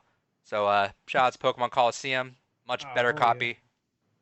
Yeah, I want to get one of those in the background. Now, GameCube attachment for my disc buffer. Yeah, JFJ. Now, Pro. These games, well, one of them specifically goes for a little bit more. Got them both for $10 each, so I have the full collection almost, aside from the first game. Is I got Silent Hill, Homecoming, and Downpour. Downpour getting up there in price. Yeah, they're going up. Every Silent Hill game's going up. Yeah, but $10 each, so fuck it. That's pretty good. I think Downpour. Games. Both of those games suck, but they're like, well, they don't suck. I should say that. I like those two games more than I like. Road Rage. No, those are the two worst Silent Hill games, actually. But it's one of those things that, like, Homecoming could have been an okay game if it had at least one more script rewrite and it wasn't stupidly fucking easy. You can do so much with just the basic knife that you get in the fucking game. But this is the thing, like, that game takes a lot of the shit from the movie. Yeah. It takes a lot of the visuals from the movie, because the movie itself tried to replicate the original games, but it was its own thing still. And for some reason, they because the movie was still fresh, so it was just like, oh, we gotta take from the movie. I will say, I mean, I like the movie's transitions.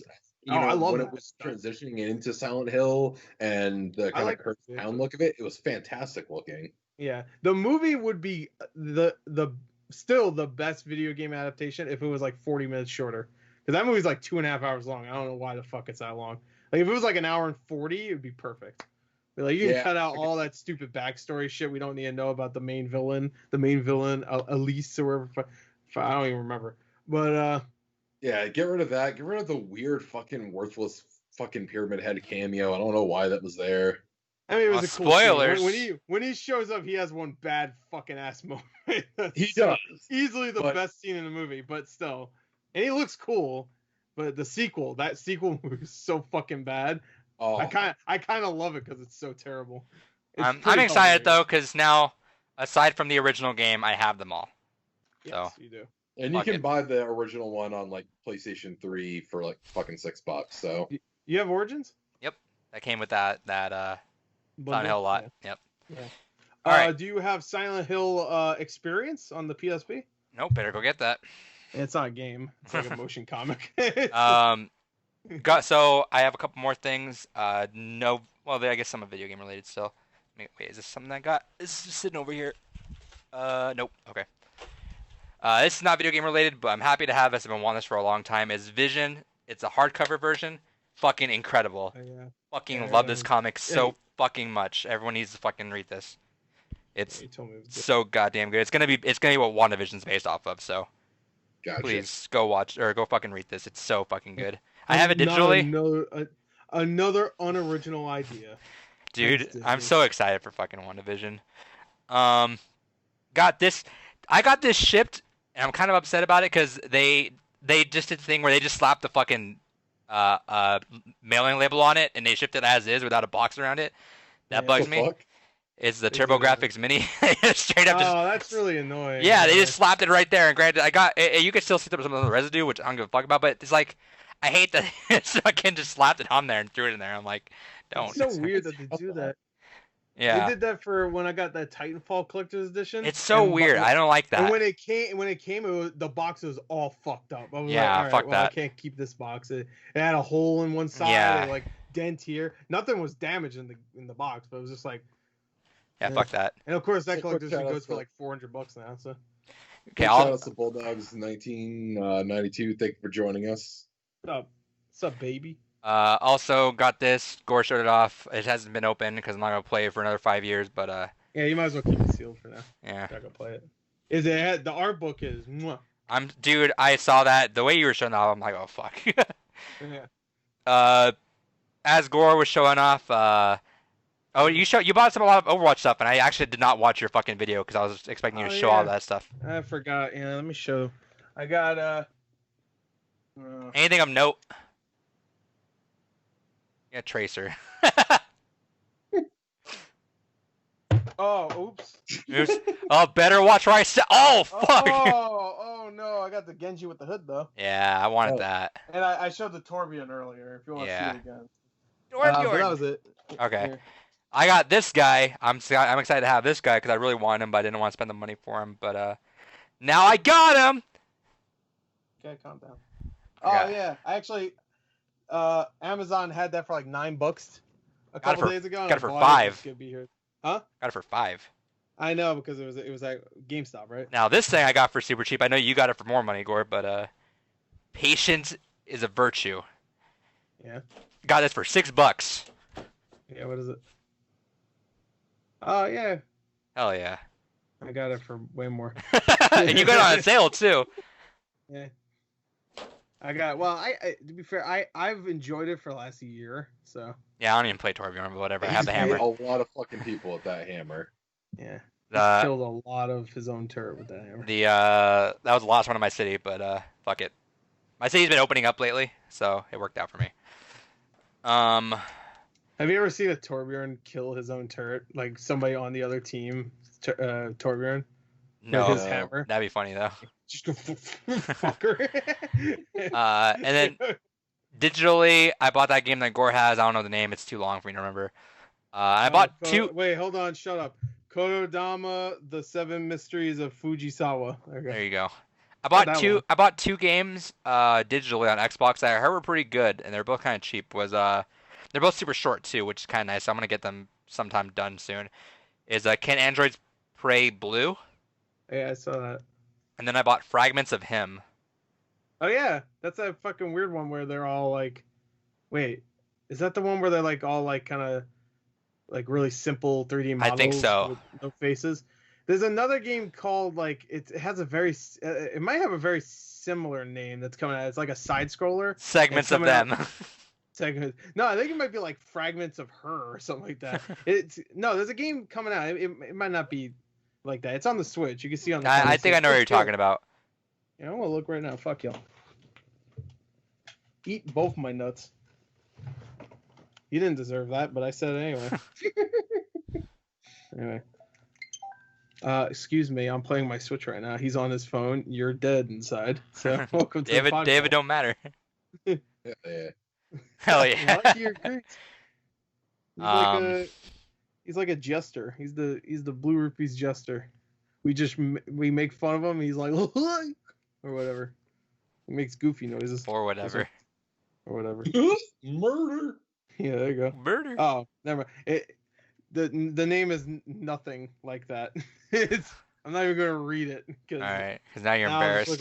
I look like a fucking idiot. What is it? No, I'm not gonna say. It's a guy's name and David. And it has a kind of similar title, but nowhere near that. All right. I'm not even gonna read it. All right, but that's everything. It's in the coming soon page, and if you can figure it out on the Switch, then. I got a few more things, but I'm pretty much wrapped up on my GameCube stuff. Only the major ones. Also, shout out to @Backy for the follow. I appreciate that. I only have a couple things that I'm looking for like the major things now, but otherwise I pretty much completed my GameCube collection that I want. Hopefully I find the other games so I can sell them and make sure I for sure make money off of this. Yeah.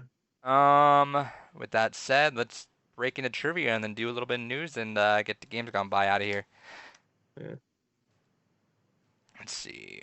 All right, this one's gonna be the continuation of last week's. Right. So fuck the coin flip. Gore, you won last time, so you just get a pick. Yeah, I'm going first. Fuck this kid. Get out of here. All no right. remorse for me. I want to go first. All right. Let's see. Let me pull all these answers Get out of here. Get out of here, you stupid dog. You son of a bitch. Anyway. It's... Oh my god. Okay, that's not showing. That's fine. I know that one now. He knows that one, guys. Don't worry about it. Everything's fine. Everything is fucking fine. Fucking fine. All right. Okay, Cindy. Everything's fine, Cindy. Let me get the page out so I can keep track of who got what points. All right, Gore, whenever you're ready. I'm ready. All right. Name just one cause of the video game crash of 1983. E.T. Okay. What was Sega's first home console? The Master System. Okay. I won't get through this quick. I'm not even going to think about it. Who created Tetris? Or the Mega Drive, actually, wasn't it? Fuck it. Tetris, some Russian guy. Andre 3000. Tetris. Andre Tetris. All right. What was Mario's first profession? Plumber. Okay. Or Jumpman. Or Kidnapper. No, you don't give a fuck this week. Before it was called Super Mario Bros. 2, what was it called? Doki Doki Literature Club. No, it was like it was like something like that. Wasn't it like Doki Doki Smoky little Doki Doki Pokey? Doki. It was like Doki something like that. It was I need an actual name. Doki Mushroom Hokey. Alright, moving on. What was the first console that played 16-bit video games? Mario. 16-bit. Wasn't it 16-bit?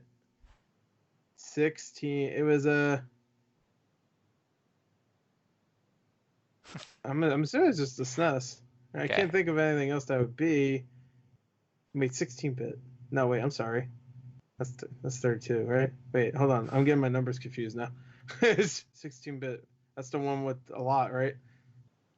If David doesn't beat you this week, then he's fucking... SNES. Alright. I can't remember what the number is now. Moving on. Go ahead. Who was known for introducing the idea of playing video games on a TV? Michael. Don't say Mario, okay. Mario. No, who introduced the idea? Shigeru. This is Jeff Kaplan from the Video Game on TV team. Yeah. I think you're going to really like this. You see how I'm on the TV? Guess what? Overwatch is there too. Shigeru Miyamoto. You're fucked. These ones are much harder than... Go ahead. Name the earliest interactive gaming device that was based on a World War II radar display. Wasn't it Tennis for Two? I think I know that one. Wasn't there a thing called Tennis for Two? It was like the first thing, and they made it out of like an old radar thing. You're thinking a little off. I don't give a shit. Okay. All right, moving on. There's something else I know. You won't get it. Whatever. In what year was Sega founded? 1482. Sega discovered the ocean blue. What video game was the first to be a cartridge base? You're not getting this one, yeah. All right. Wait, no.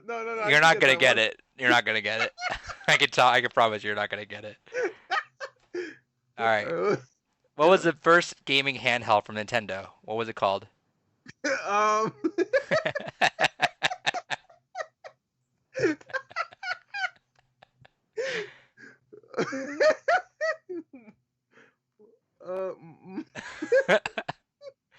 Don't fucking say. What do you think I'm gonna say? Luigi. I was gonna say Mario. You're so dumb. Game Boy. All right. What Atari game was the first to sell 1 million cartridges? Mario. No, actually, it could be anything for Atari. Adventure. Okay. The company Namco released a game called Puckman, but it was later changed to what game? Fuck man. No, Pac-Man. Fuck man. Fuck man. That's why they changed it. Who was the antagonist, Donkey Kong Jr.? The antagonist? Mario, right? Yeah, that's Mario. Now it worked out for you. Yeah. Mario. It was all leading up to that. All right. Name the 4 ghosts in Pac-Man. Inky, Blinky... Stinky. You're going to say Stinky. Inky, Blinky, Pinky, Eduardo. Yeah, that's why he's always up with his mouth open. And Clyde. Okay. All right. What was the first gaming magazine dedicated to video games? Nintendo Power. Okay. That probably isn't right. But... And then the last one is, what year was Nintendo founded? What did they initially sell? 19. I'm gonna say 1972. And I think they made like cards, didn't they, or something like that? It was like something like that. They made like, I don't know. I know they made like cards or something like that. Okay. I think at one point, or like Pogs or some weird shit. He's not gonna see me. Hey, wake up, asshole! Let's go. Bite me. Oh, you're dead. Here, man. Nope, wrong way, dipshit. What? If you don't get this, I'm gonna fucking put my hands on your throat and then make you not live anymore. He pretty much gave you this one. I got like 2 right, I think. So. All right. All right. Name one of the causes from the video game crash of 1983. 1983. Prohibition. Yes. The oversaturation of the market. Okay. What was Sega's first home console?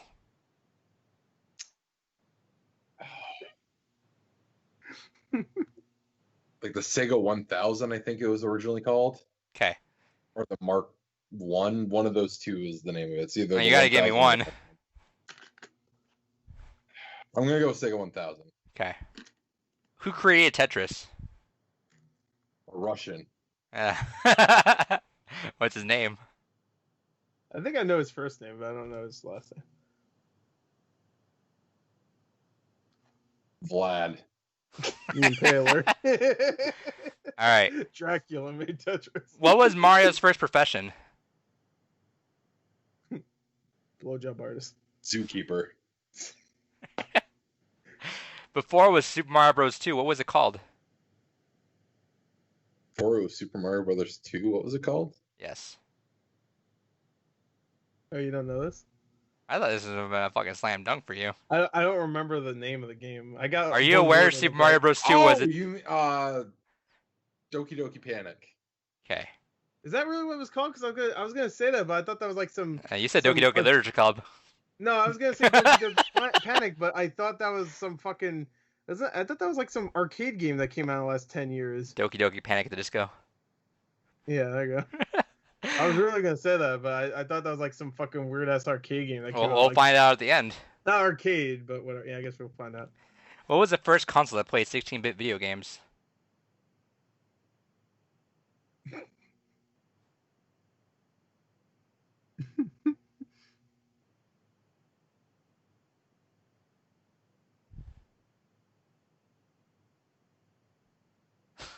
Fuck, I'm terrible with dates.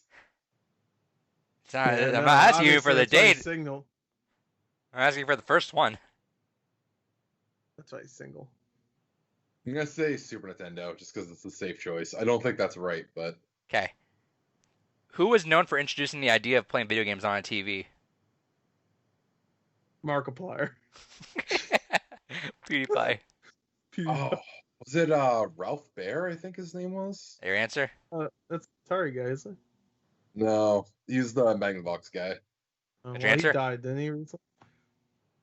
Yeah, and then he regretted the creation of video games. Yeah, that's my final answer. Okay. Name the earliest interactive gaming device that was based on a World War II radar display.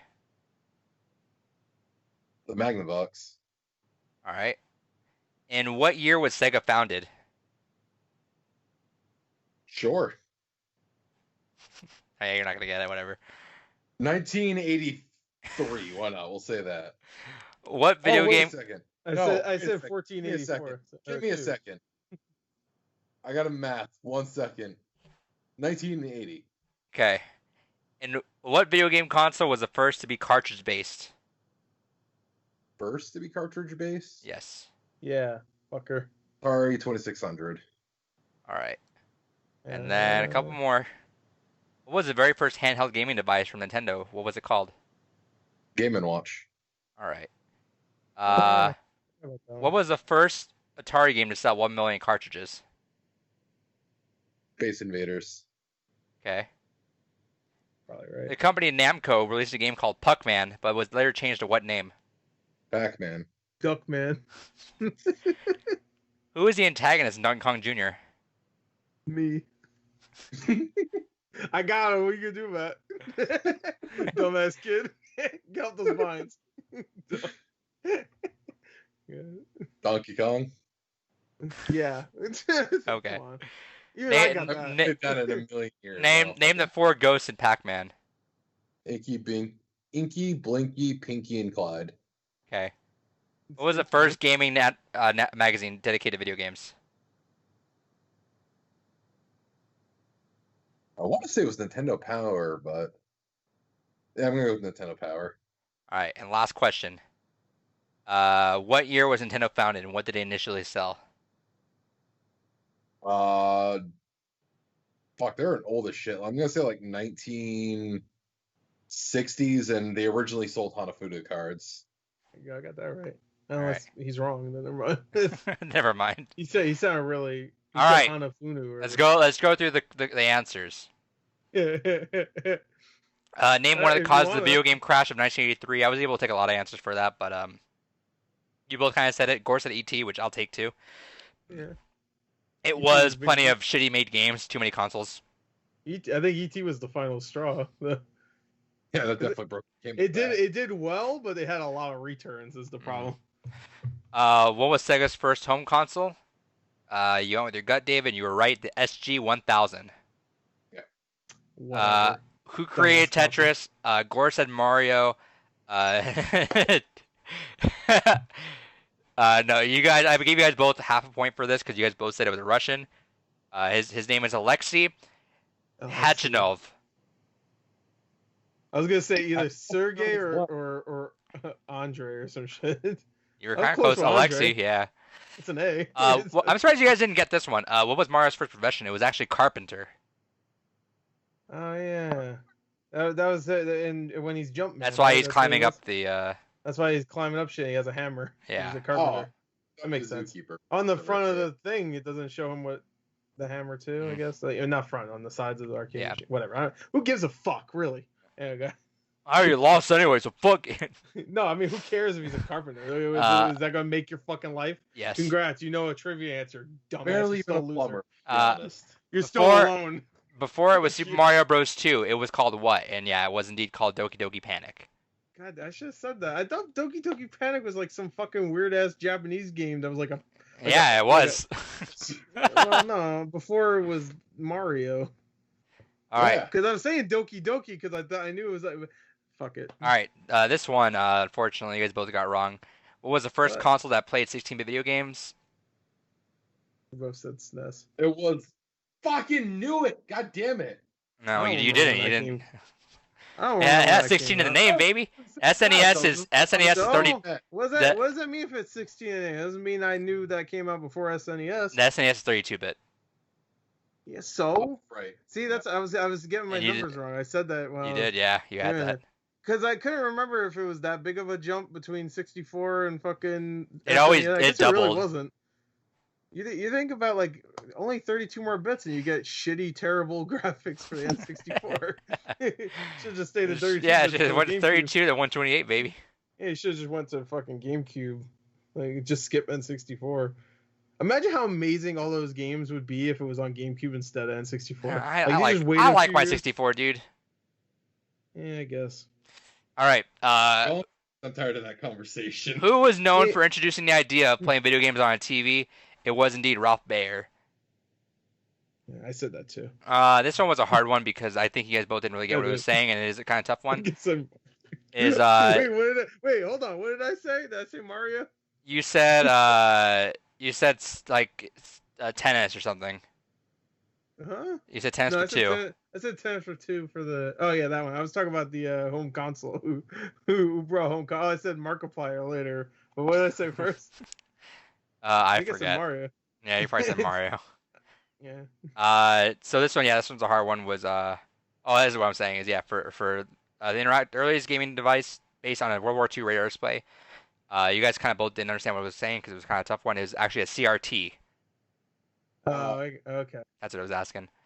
I thought it was like the game. No, it was actually like what was it based off of? It was a display. Did I get closer? Because I know Tennis for Two is the fucking thing they made. Hey, if you want the point, it's not gonna help, but I'll fucking give it to you. Yeah, give me a point. In what year was Sega founded? You guys are both very off the mark here. Gore said 1492. Myself. Wait, what did I say again? You said 1492. Sega sailed the ocean blue. I actually had that last part. What year was Sega founded? It was 1940. 40. I know that song too. Yeah, this shit, whatever. What video game console was the first to be cartridge based? It was the Fairchild Channel F. Okay. Okay. The very first handheld gaming device from Nintendo was called the Game & Watch. I forgot about Game & Watch. Yeah, you were trying to say Mario again. What Atari game was the first to sell 1 million cartridges? It was indeed Space Invaders. All right. The freebie one, Puckman, that was actually Pac-Man. David, I'm very surprised you didn't get this one. Who was the antagonist in Donkey Kong Jr.? It was actually Mario. There you go, I got that one. The one I got. Name the 4 Ghosts of Pac-Man. You guys both got that. Inky, Blinky, Pinky, and Clyde. You guys both did. You guys both missed this one. What was the first gaming magazine dedicated to video games? It was actually Electronic Games. Oh, that became Electronic Gaming Monthly, I guess, right? And what year was Nintendo founded and what they initially sell? I gave you guys both half a point for the card part. They were actually founded in 1889. Way back. Oh, the same year Sega Genesis was made or whatever. Discovered. Yeah, when they discovered the Genesis. All right. So congratulations, David. I won. Oh. The point total is now Gore at 8, David at 3. Wow. All right. Go on to the news and let's get out of here. Wow. Into the next part. To the next 2 hours of the podcast. All right.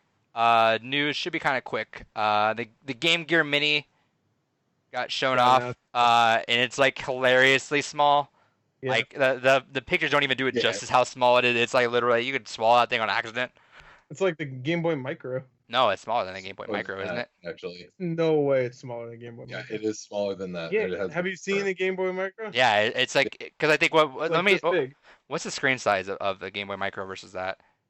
Boy. The screen might be bigger than the Game Gear. Always had a small screen in comparison to everything else on the Game Gear. I still have a Game Gear. I got 2 of them. I have 2 also, but one of them does not fucking work. So I got another one at a yard sale. Someone's just selling like a whole like a whole like lot of games with it. I was like $20, bitch, and she was like, all right. Yeah, that's how I got both of mine. It wasn't even a woman. It was some dude. It's like, come on, bitch, give me that money. I'm tired.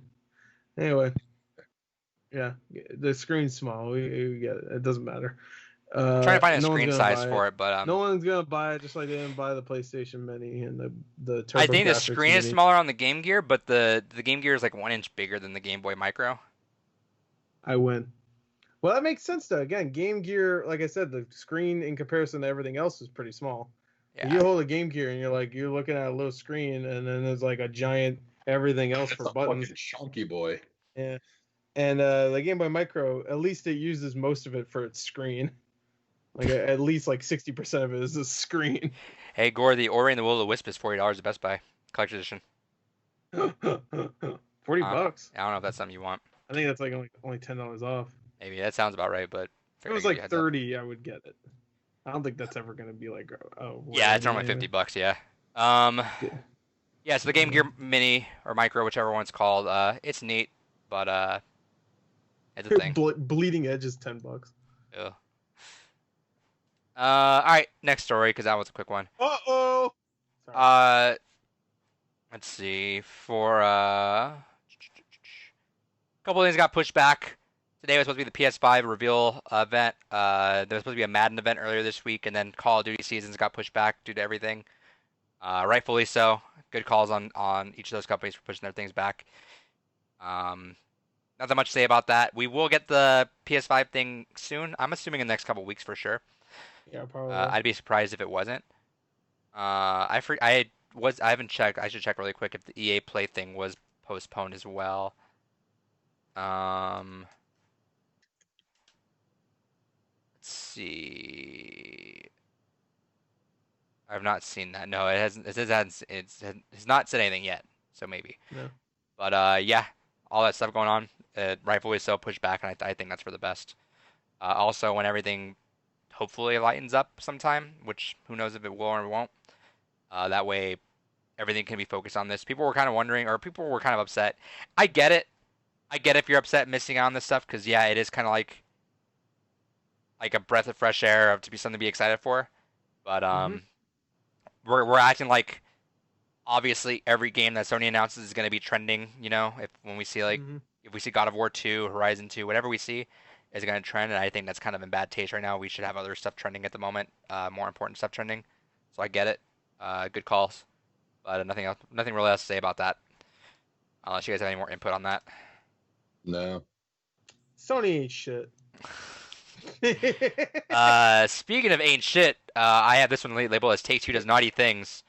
I like earlier I showed a giant PlayStation statue. Yeah. And you know where that is right now? That's the toilet? From my Xbox One games. So It's just like, if you look at my Xbox One games, there's this giant fucking square, triangle, X and O symbol. Anyway. You should put that in your background that people are wearing, like, oh, fucking fanboy. You dummy. You should do that, but put that picture of the X in front of the actual X on that logo. Yeah. Oh, you're dumb. I hope you die. Like, damn. Jesus. All right. So that. By the way, we talked about that Overwatch reaction 5 hours ago when we started the podcast. And that was one of my favorite comments, is that someone wished death on us because we talked over that trailer. So there you go. Anyway. Nice peeps. Yeah, good peeps out there. Thank you. I just remember the days where I would, like, when I had literally no time, which I kind of don't right now, so I should again. I just hunt people down that said bad comments, and I just go report it to their mother. Oh, I wish you just ended it. I hunt people down. When I know Samuel and I did that whenever there was one kid that started dropping a lot of derogatory terms against him. We found his Facebook, and Samuel, like at 3 o'clock in the morning, made a really formal post or message to the mom saying, "Hello, Mrs. So and so. Your child was found on right? your child was messaging comments on my YouTube page, and just like left the most formal thing. Oh my god, that kid got busted." Yeah. Anyway, so next. You must teach son, right? You must teach son. Yeah, that's the classic line. Next story and the last one for the night is Take-Two does naughty things. Take-Two, yeah.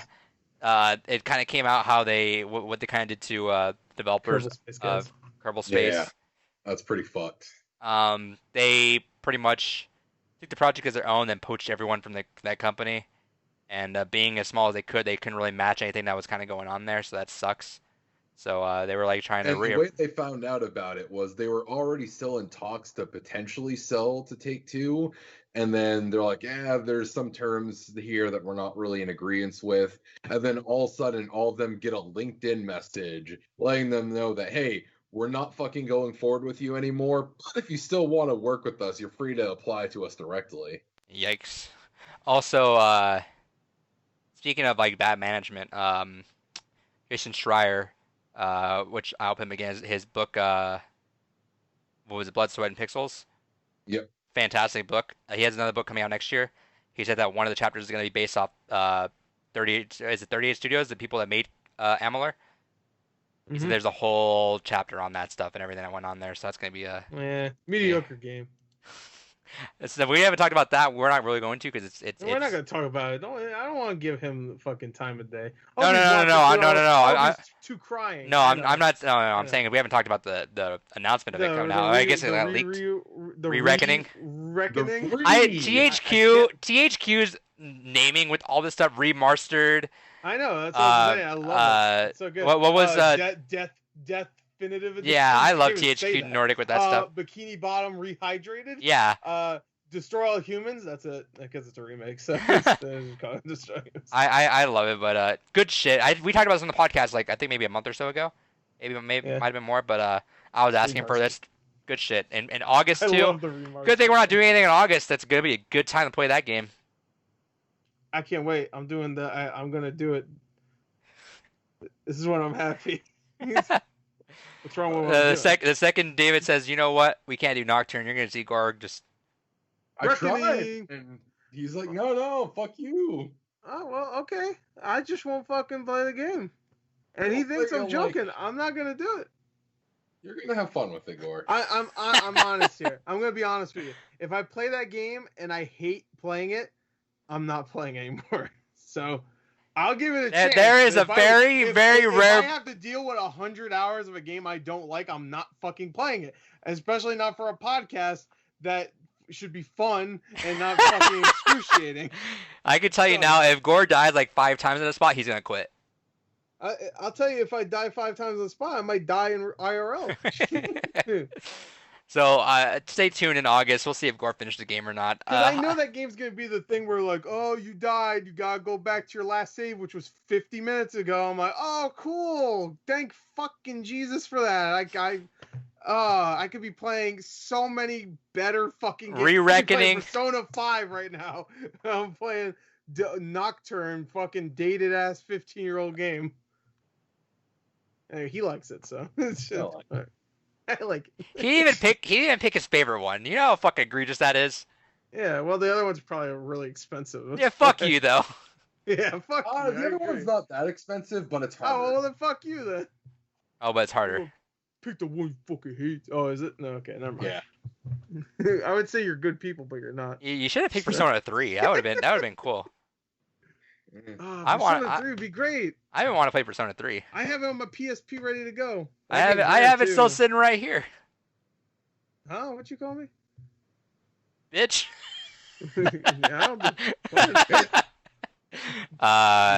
Call me a bitch. So stay tuned, and then David's getting that 100-hour hammer on him next year. So pull some shit again. He's gonna be stuck. He's gonna be stuck with a bunch of 1-hour games the rest of the year. So good luck with that. I probably wouldn't do another long RPG. I mean, I'll still do a long game of some kind, but I probably wouldn't do another like fucking 70-hour game. Dark Souls will be the next one or some shit. Hell yeah. Souls. No. What the fuck are you talking about?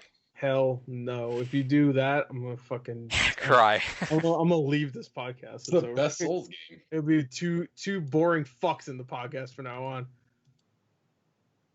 Yeah, that's right. That's Souls. right. It's the best Souls game. I like how I call him a boring fuck. He's just like, what do you have against Demon's Soul? Yeah, say what you want about me, all you want, but Demon's Souls. I know you love it. It gives you a boner. I could tell, but hell yeah, fucking popping a bow ring everywhere. Oh, you a bow ring? Okay. Fail. Yeah, all right.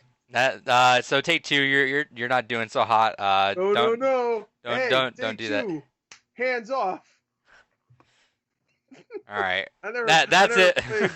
You know what? Hey, I want to shout out them, actually, the guys that made Kerbal Space Program, because I did a reaction for the second game, and they asked me if I wanted to be a part of like some compilation celebration thing. I don't think they ever released that video, but now I can see probably why. Wait, for what game? For Kerbal Space Program 2, because when they did the reveal trailer, they wanted to take my reaction for the reveal trailer and use it for like a celebration thing, they said, or something. They celebrate about that. And well, no, the Kerbal guys did. At least that's what the email said. The devs, it said. So even let's celebrate about that. Yeah. So, well, they were celebrating just like how fans were like, oh, excited because people liked that game and people wanted a sequel. And I guess they'll get it. And I'm sure when it comes out, they won't care anymore that TA2 just completely screwed these guys over. What's up, Teddy Bear? I wasn't sure how long you've been on there because I had to like look up that page for all the trivia stuff. What's up, Teddy Bear? Anyway, that's it. Cute and cuddly. That's it for the podcast.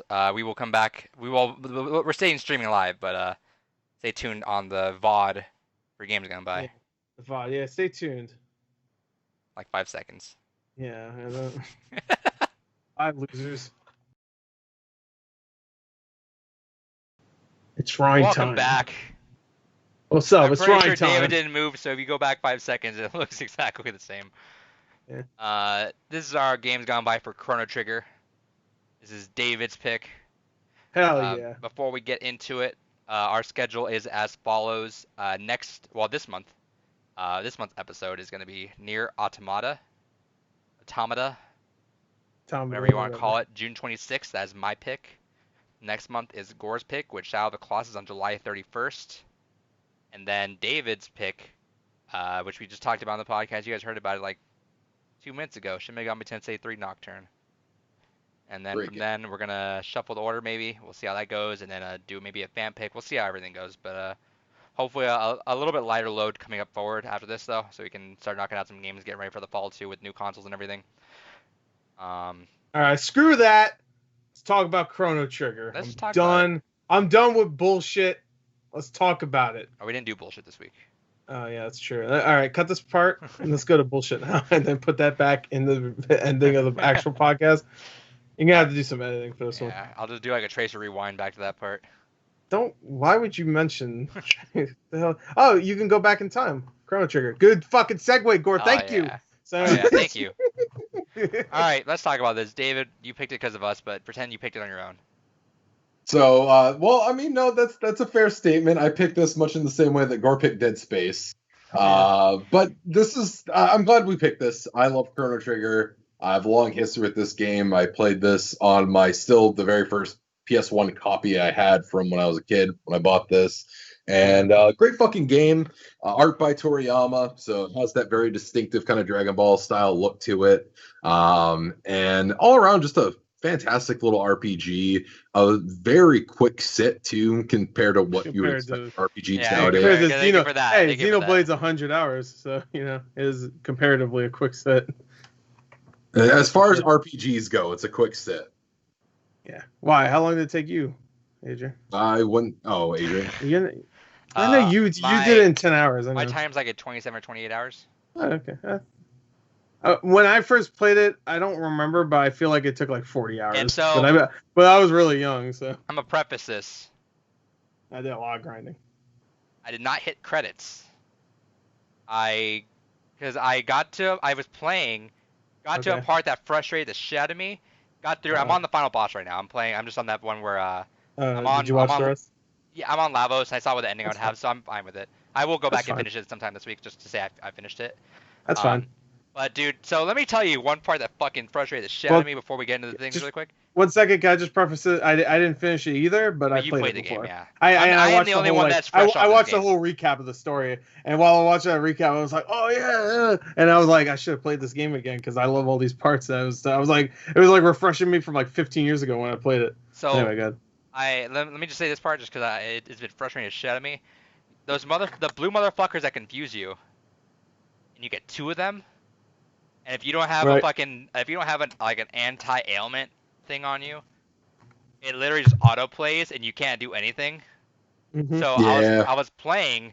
I'm like, oh, I'll get this thing done, fucking no problem. And I was like, I got hit and it kept having my health. I kept fucking hitting my own teammates. I was stuck with Chrono with 1 health, constantly confused. Every time I would actually get a hit in, like not even a hit by choice. Every time he would just hit on his own, he'd miss. So I literally left my DS there on idle for half an hour just to see if the fucking game would fucking the fucking fight would finish. It didn't finish, so I had to restart the game, go back to the beginning, and it was a fucking random fight. Meaning when I did that part again, it gave me some other different enemies in that fucking corner. So I was like, oh, well, that's bullshit. And then later on, I did it again, but luckily I had the hat on this time to stop from ailments from happening. But it was so annoying as shit. Confuse is literally the worst thing in that fucking game. The most annoying I feel like thing. Confuse is the worst thing in any RPG. Confuse is dumb because it's like active. Yeah, it's active RPG that just hurts you sometimes. I'm like, fuck that. That's the dumbest fucking mechanic. Sure.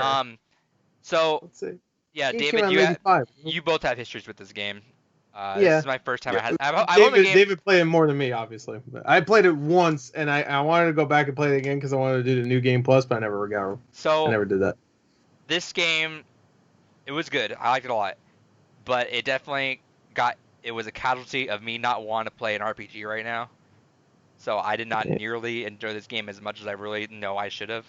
So that's part of why I also kind of started shrugging it off at the end. Because I know this game, even though I was at the end, it screamed that I needed to play it again. Like it screams for New Game Plus, like immediately, especially because like I did a lot of side quests. I didn't just blow through it all. I did a lot of them, not all of them, but it definitely felt like, oh, this game is, it hits its stride on second playthrough more than the first playthrough. I think that's what I felt like when I was playing it. But yeah, it was definitely a casualty of me just not wanting to play it. I was just not in the mood for an RPG. I did not want to sit down and play an RPG. And it had the more active RPG style that just happened. Like that kind of felt like what I was just doing in fucking FF7 remake. Yeah. Which it is. Well, FF7 original has that too. Yeah, which that too. But obviously me only playing FF7 original for like 2 hours compared to the remake. Yeah.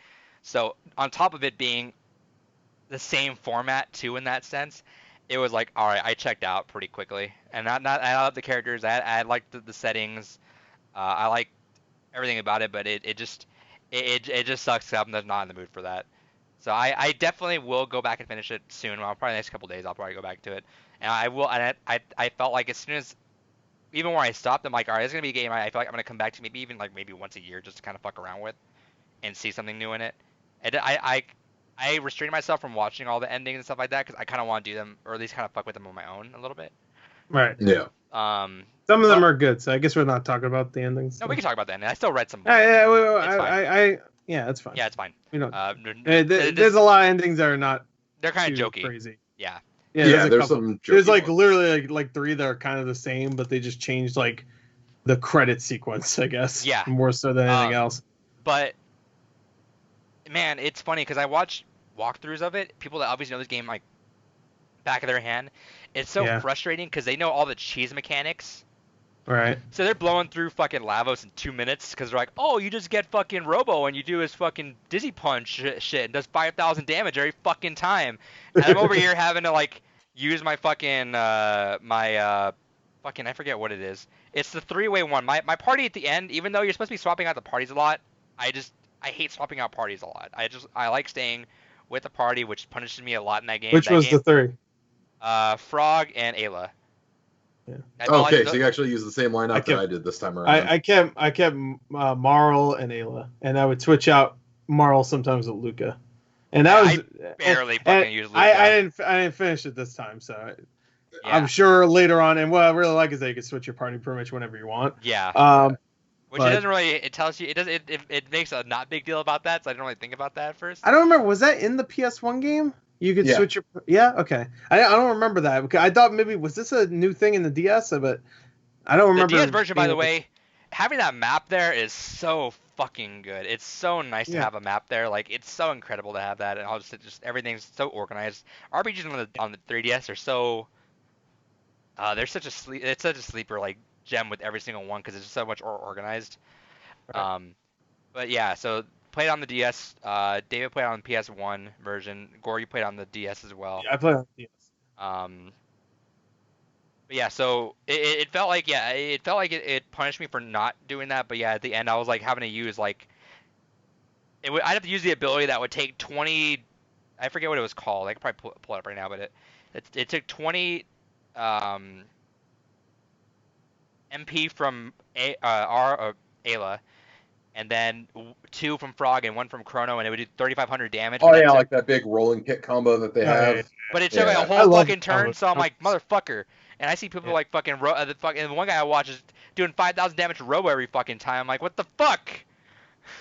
And he's doing like nothing. He's like, well, you see. Are you sure they weren't playing with New Game Plus? No, he wasn't, because he was talking about. He was like, well, I'm gonna have this for New Game Plus now. Well, you can keep doing New Game Plus. Oh yeah, no, but the guy like knew the fucking thing. Like he just knew the game by like people who know that game by the back of their hand are just like able to fucking cheese the shit. Yeah. And well, if I get this and I get this, I get 5 million. Yeah, which is cool. But, like I'm not talking shit on that. Like the fact that people love that game, obviously, I get it, and it's a quick run. Get a life. So you could run through that game in 10 hours, and like complete that game in 10 hours if you know everything to do, which is pretty cool. But he was talking like as if like I would know that. So he was like, well, it was weird because he was like finding a little nowhere. I was like, well, you got to hit the left hand first because that's what like kills the enemy. He's like, all right, cool. He's like, and then just do 5,000 damage to this guy every fucking time. I'm like, what the fuck? I can't do that. I have to heal every fucking time. I have to fucking do it. Like I have to save everyone's damage. It was a balance. The same thing. It felt the same as FF7 where I was so not used to active RPGs. Right. So my mind just fucking like waiting for a pause. I still spent 120 hours in Persona, so I'm like, all right, now I can just chill. I can think about it. And I'm looking at everyone's like, no, the fucking battle's still going. I'm like, god damn it. But the world's super fun. Like everything about it, it's so realized. Like it's so well lively.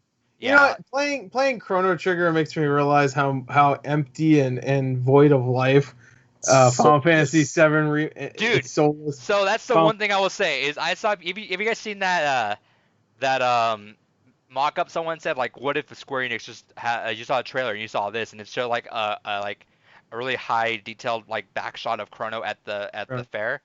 Yeah. And I was thinking, I'm like, no, like what the fuck? Because they split the shit out of that game. Do not split Chrono Trigger. No, what I want is they get the guys that did Ni no Kuni, and then get them to make Chrono Trigger. If you're gonna get like, because I don't want a hyper realistic. I don't want a hyper realistic. And also the original game was made by the art was made by Studio Ghibli. So I know that's not Chrono Trigger, but that would be amazing. Studio Ghibli. I would not want like a realistic like FF7 thing like that. No, it wouldn't work with Chrono Trigger at all. No. That's like making a realistic Dragon Ball Z. Dragon Ball Evolution. No, but I wouldn't trust Square to remake that game. You know what? That's the thing. I don't think Chrono Trigger has the crazy amount of story that Final Fantasy could have, unless we're talking about Chrono Cross, all right? Because Chrono Cross is really fucking ridiculous when it comes to story. That's the thing with Chrono Trigger is it's a very lore-dense game, but it's not like a story-heavy game. See, the thing I appreciate about Chrono Trigger was I had to seek out the lore if I really wanted to, or I could just it's like Doom. It's like Doom where if you want to get into it, you can just look around, you can find all the story you want to. If you don't, fuck it. Just go play. Fuck it. Just go. But I love that Chrono Trigger, if you really want that, unlike Final Fantasy VII Remake, I don't want to keep comparing it to that because there's no point to actually do that. But unlike Final Fantasy VII, you want to talk to people. Just talk to people and they'll give you lore, where Final Fantasy VII, when you talk to anybody or you listen to them, they go, wow, that sure was scary. All right. It's like, where's my dog? Even though it's a one-way conversation, it felt like they had stuff to say. Like there was a reason for you to go up to people. But like FF7 Remake, and a lot of RPGs, in fact, you go up to someone, it's like, here's a quick line. Cool. Yeah. Oh boy, that sure was dangerous. Cool. I wasted 5 seconds of my life. I wonder how long will last. Yeah. Like, oh no, Sector 7. Yeah. Plus everyone like they had more conversation too if you talk to them again, which is nice.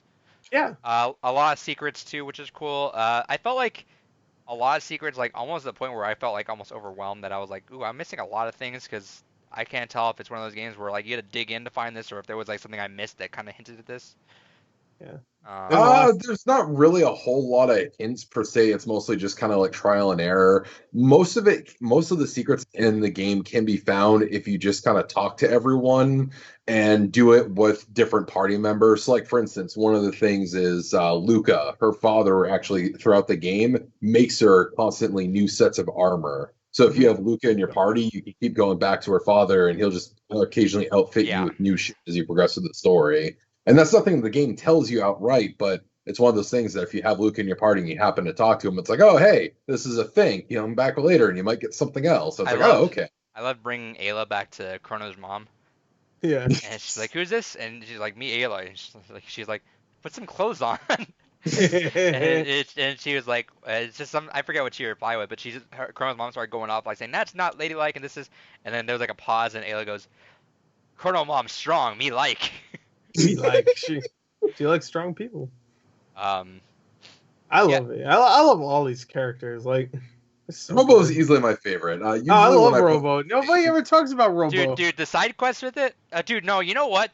Even the intro one where he's just getting fucking beat up by robots, and he and you want to go, and you want to go help, and then you get knocked back. He's like, no, and you're like, what the fuck? Yeah, because I kept going help his over ass. there. Yeah, I kept walking over. Yeah, Robo's great. I really want to play Robo more on my second playthrough, especially because he has the fucking when 5,000 goddamn damage move. Yeah, when Robo stays behind for 400 years just to like rebuild the forest and stuff, I was like, oh man, such a beautiful little thing too. Because and then the campfire scene, which is classic. Yeah, go ahead. Oh, it was beautiful. That was beautiful too. But no, like that's such just a little beautiful thing because if you go through the different time periods and you just go ahead and you see them kind of on the world map, just kind of going through and plowing and everything, and there's that very sad moment of like, okay, now there's like this church here, and you go in, it's like, oh fuck, you're rested shit, buddy. Let's get you operational again. Yeah. And then just that little moment of like, yeah, I mean, for you guys, it was just like, a quick jump into time. And for me, I was lonely. That was 400 years. So it's like, oh, Robo, you're making me cry. He watched, what's her name die. And it's like, it's sad. This is a sad game. I don't like it. I want to be happy. I want to play Saints Row. Yeah, no, it definitely felt like, it felt like, it was personal. Even with, what's her name? Marl's the family, where the king's like, you're not my daughter anymore, and you're like, oh, yeah, fucked up. Yeah. A lot of cool that moments. Whole family is just fucked up. I mean, it starts with Isla, so yeah, and Kino. But... Kino. Yeah, there's just a lot of really cool moments, especially because you got to kind of dig around for it. And if you don't want to, you don't have to, which is kind of the cool part. And I kind of left a lot of that for a surprise for me too, where I know I actively skip things, knowing that I will come back to it when I have a better time in my head to appreciate this game. Because I did. It's a matter of I want to get to it when I can. Also, it's short enough, so like this next time, and especially, you know what? It now that I know where to go to, because I felt like this felt old school RPG where it's like it did not handhold me that much. I feel like it kind of hinted at where to go. Where a character would say like, we need to do this, and not we need to go here. They were like, oh my god, the sword is gone, and what are we gonna do? And then you're like, I guess I'll go back in the past and get it or whatever. Or like Melchior's like, oh, we haven't seen that kind of gemstone in like millions of years. Masamune. Watch out. Which I love, by the way, where they hype up that sword so much, and then you just upgrade him anyway, and you're like, well, here's the sword. I really wish that was the OP sword. I wish it was kind of like Ayla's fists, where like he had to stay with that. That would have been a lot cooler. But obviously, like, there's another side quest that upgrades. There's a side quest that powers it up. Yeah. You do the side quest with frogs. And they'll let you sell it too, so that's good. Yeah, but imagine that. You could sell it. I need some drinking money. Yo, that campfire gonna be real lit. What were some of the moments where you guys stood out for? Like, I know obviously you guys have a lot more. Campfire. Well, let David talk. No, you go first. Okay. So there's a lot of different moments for me for this game. My party usually when I play through this is Chrono, Frog, and Robo because those are my absolute favorite characters. And I feel like they also have some of the strongest scenes in the game. Marl, I feel, definitely is very, considering how her family lineage is so pivotal to the story of everything that happens, she definitely feels more background. Whereas with like Frog, the whole quest of figuring out his story that he was knight and served under this great hero that Magus fucked up and then turned him into a frog, and seeing that progression of the story. Which actually, real quick side thing, I'm curious, in your playthroughs, did you guys recruit Magus or kill him? I recruited him. The first time I played, I remember I recruited. I didn't get to that, I remember recruiting him. He killed him. I already know he did. So I already know. Yeah, I even need to ask that fucking question. I know you killed him. I didn't. I watched. You didn't know you could recruit him, of course. Yeah, not. I watched the playthrough. I said, "Oh." You didn't know you could recruit the people in Bloodstained. So what the fuck? Yeah, no, that's exactly what came through my mind. Oh, I killed him. You're a big meanie. I kill you. Well, first off, fuck you. I'm getting. Fuck you. I'm getting Revenga for Frog, dude. Hey. Fuck you. Frog needed that Revenga. Hey, well, yeah, but he didn't. He's fine. He likes being a frog. He likes not having a friend anymore. I didn't know you could recruit him. Because all I saw was, do you wish to fight me? And I'm like, oh fuck yeah, Frog wants to fight the shit out of you. Hell yeah, that's all he wanted. This is what he's on this earth to do this right now. Yeah, that's fair. He was role playing. He was doing what you're supposed to in these. Hey, you gonna tell me you're gonna pass up on a revenge fight on a cliff top 1-on-1, or Frog's like, yo, back the fuck up, I got this. I want my character to have some like And I know that fucked up the story later on because like that story, it's so much. I saw the walkthrough. I was like, oh fuck, Megas has a lot to do with this story. Yeah, he has a lot to do with the story. Yeah. But I was like, fuck that. Maybe don't be a dickhead. I think that's a better character arc where like, oh, he didn't forgive him, but he looked past his fucking revenge and said, hey, this guy can help us fight the real fucking evil that's gonna destroy everything. Don't ask me if you want to fight, bitch. Besides Frog just being like, yo, I need some revenge, son. Dude, like, I'm sorry. Everything else. It's a fucking cliff edge, 1-on-1, and he asked you, do you wish to fight me? I'm like, what the fuck? Who's gonna say no right now? Fuck you. Should have fought at the end though, to be fair. Yeah, that's true. They should have like a fucking just throw the swords down and just like go. No, like I said, like, and I'm glad I did that because on my next playthrough I won't. But, yeah. But he's glad he did that. Of course he is. Oh, dude, like I said, that was like, it's dude, just too perfect not to. I love Frog so much, and his fucking storyline was so tragic to me, and I'm like, it's tragic. Like, do you wish to fight the motherfucker that put you through this? I'm a frog. I'm a frog. Magus was ripped from his own time, and now he's ripped out of life for me. Yeah, well, for you, but that's more tragic though. Yeah, well, don't be a dickhead, dude. All Magus did was kill one little friend and turn one man into a frog. He probably killed a lot of people. He did kill a lot of whatever. people. Yeah, but he also killed his friends. He also led to fucking Chrono dying. Oh, that's true. Well, that was Lavos that did that still. And Magus came out and like, hey, bro, let's fight, and then he gets his ass beat. It's like, yeah, fuck off. Hey, if you're gonna fucking kill Lavos, then cool. Like, at least you got it. But fuck you. You couldn't even do that. Fuck you. Well, that's my favorite part of the game, by the way. Oh, it's pretty, right when Chrono dies. It's pretty brutal the way they show it in the anime cutscene too. Oh yeah. Yeah. It's a Dragon Ball Z death. Yeah. It's like I always love it in Dragon Ball Z when they just fucking and they just disintegrate. Right. Like slowly. And that threw me off because are you able to have a different party leader besides Chrono at all? Yeah. See, I didn't realize that at all. It just never even occurred in my head that I can swap Chrono out. So like to me that was like almost like, oh shit. Now yeah, like it threw me the fuck off. So and then hey, and what do I do? Someone else. And what do I do? Frog's the new leader right now, so I had Frog leading the whole team, and I'm like, dude, this guy's, dude, I love Frog, dude. Frog's so good. Frog is great. I love all the characters. They're all great. Robo's great. I don't know. Magus is good. He's dead. Magus is great. The frustrating thing about Magus is he has a lot to do with the story towards the end of the game, but he doesn't have a whole lot of character interaction aside from that. Because they had to make it so that if you're sadistic and want to murder everything. I saw red, dude. Hey, no one kills two of my friends. Because even you know what? Even Frog says, what was it? What was his name again? His friend Cyrus. Cyrus. Yeah, Cyrus. Because even Frog says, oh, first Cyrus, now Chrono, and I'm like, oh, dude, you hurt my boy. Technically, he didn't kill Chrono. Fuck off. And the queen had more responsibility. Nah. She was evil. If anybody deserves to die, it's the queen. Nah, throw them both in there. Fuck it. And that shitty little alien inside Lavos, that little dick. His little dick. Yeah, his little dick. Yeah, that was his little dick. Yeah, fuck Lavos and his little dick. The whole game is just like hyping up Lavos, and at the end you just fight his little dick to kill him. Anyway, well, that was my favorite part. Is right when Chrono dies, and then you play as whoever you want. I guess me, I was playing as Marl.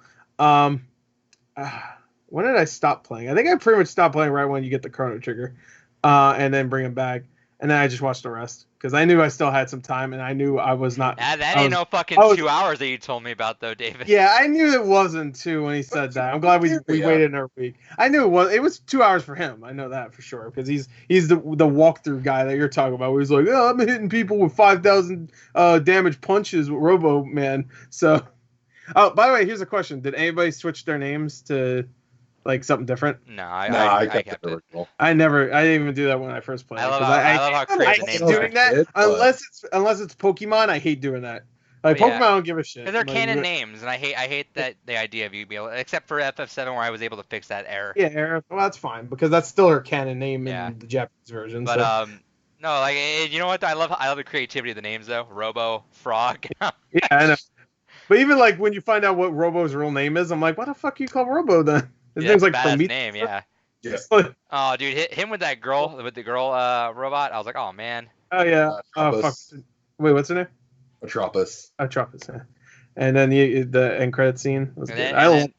End credits. I wish I can get every single scene and the end credits like made into like a shadow box. I would fucking put them on my wall. There was actually one shadow box I saw of the campfire scene.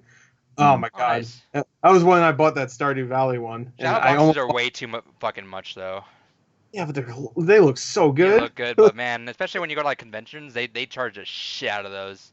I got the Stardew Valley one for $60. That's not bad. That's not I feel like that's you know what I'm talking about. Like 30 I'd be able to spend and not feel bad about, but yeah, but the campfire scene is a classic. But yeah, I love the whole sequence with Chrono when he's dead and you have to go save him. I love it when he comes back and stuff. And I like Marlo. I don't know nobody else does, but no, yeah. she was my go-to. She was who I brought in when Chrono. She's the heir of the game. She's my healer, really. She does a lot of healing. Everybody does healing, I guess. Frog was my healer boy.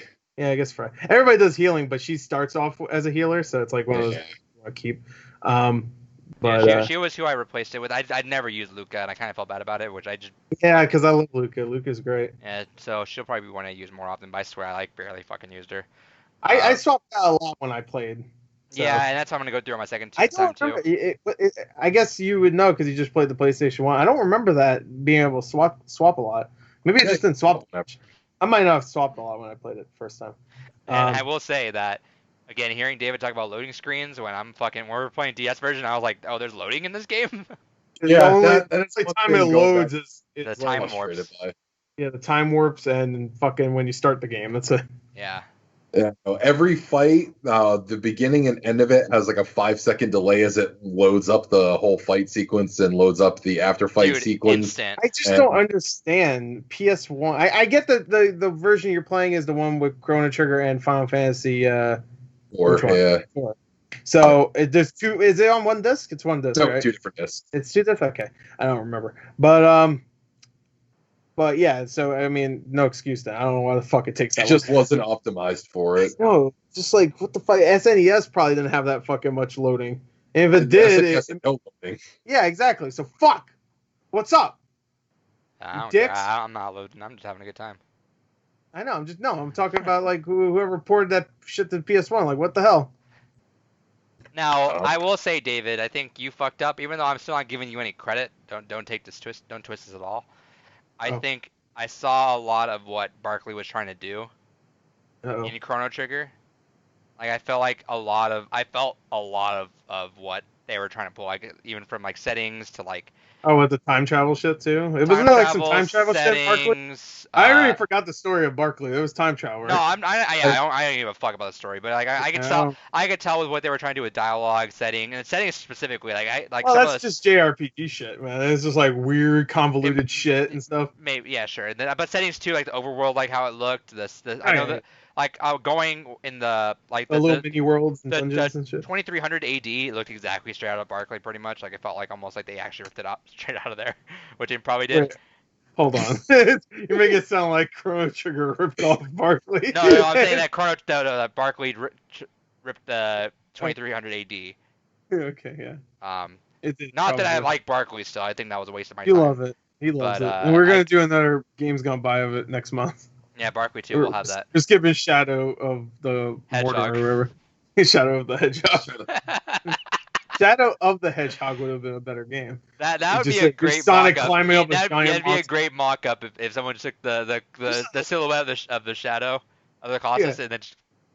It's a 2-hour game because he just climbs right up real quick and just. And then you get to him and then he just goes. Damn. You do the speed ball. You do the little ball thing. He just hits the weak spots. and then every time he gets hit, you just hear the Colossus. Damn. Ah! It's one of my favorite death noises in Sonic games. Anyway. What else, David? So for favorite things for me, I do like the little bits that you do get with Magus. He doesn't interact with the party much, but when he does, there's always something kind of poignant he wants to point out or bring up. Like, I don't know if you guys did actually no, because Gore, you talked about the when you go and have him rebuild the farm. Did you do that side quest, Adrian, by chance, or? Right. Okay. So there's a side quest that you do where you have to go and basically rebuild this forest when you're in the Middle Ages, not Middle Ages, the Dark Age, the Dark Ages. After everything's been fucked up, if you talk to this NPC, she's like, I got this seed. I don't know what to do with it. And it's like, hey, hold on to it, and maybe you can, spread some hope with this. Then if you go back to the Middle Ages, that's what that person wanted that for. Because I did the seed, I just probably didn't follow up with it. Yeah, because it's like, hey, this could potentially instill hope in the future. Then if you go to the Middle Ages, you meet her descendant, who's like, yeah, I just like planting these things, and I've had this seed in my family for generations, and I want to plant it, but there's all these monsters fucking shit up. And I ended up using Marl and Magus for that fight just because I needed a ton of fucking water magic for it. And there's a couple lines that Magus does have during that where he just kind of talks about the horrendousness of kind of creatures. And if you bring him into the fight when you're going through the side quests of killing all of his generals the second time, he has a lot of great lines of dialogue about how they didn't really matter to them. He was just using them, and how they're foolish for thinking they actually. Fuck them. Well, but you need one of those characters in every JRPG. You need the Sasuke. You need the Sasuke. You need the Vegeta. You need the Sasuke. You need that character that's like all sullen. It's just like it almost kind of looks like a vampire. To the point where he's like floating around like a fucking vampire. Nah, Chrono Trigger is officially the only JRPG to me that had everyone just be all chill. Yeah. Everybody was chill though, I guess. Except, I mean, Magus when he joins your crew though, he's pretty chill for the most part. Yeah, he better be if he fucking spares He's life. actually very chill for the most part. I mean, he's more chill than everybody else technically because he don't say a goddamn thing most of the time. Act a goddamn fool, I'll kill you. Yeah.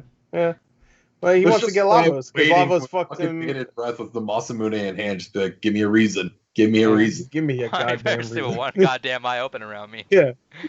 Frog was already asleep during that campfire scene. So does that mean you didn't get the campfire scene? Because okay, that sucks. It's a good scene.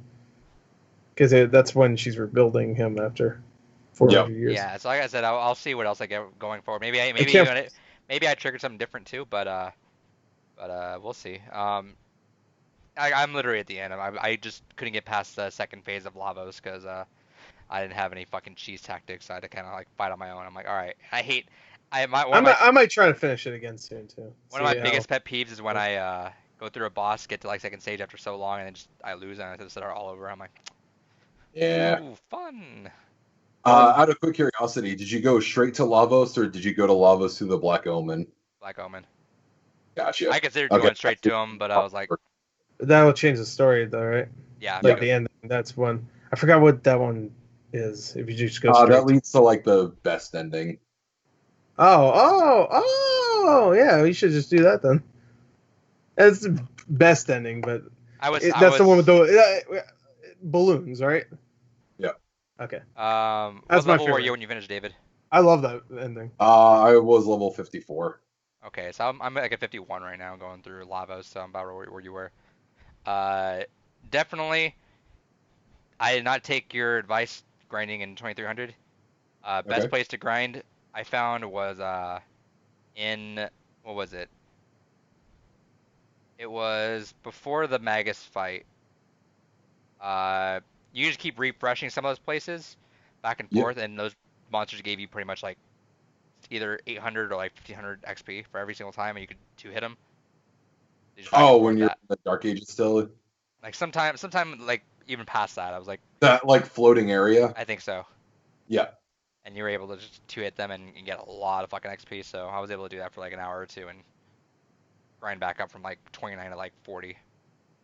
Yeah, because that's the other thing about Chrono Trigger is you really don't need to grind if you end up doing all the side content because it basically gets you to level by that point. Yeah.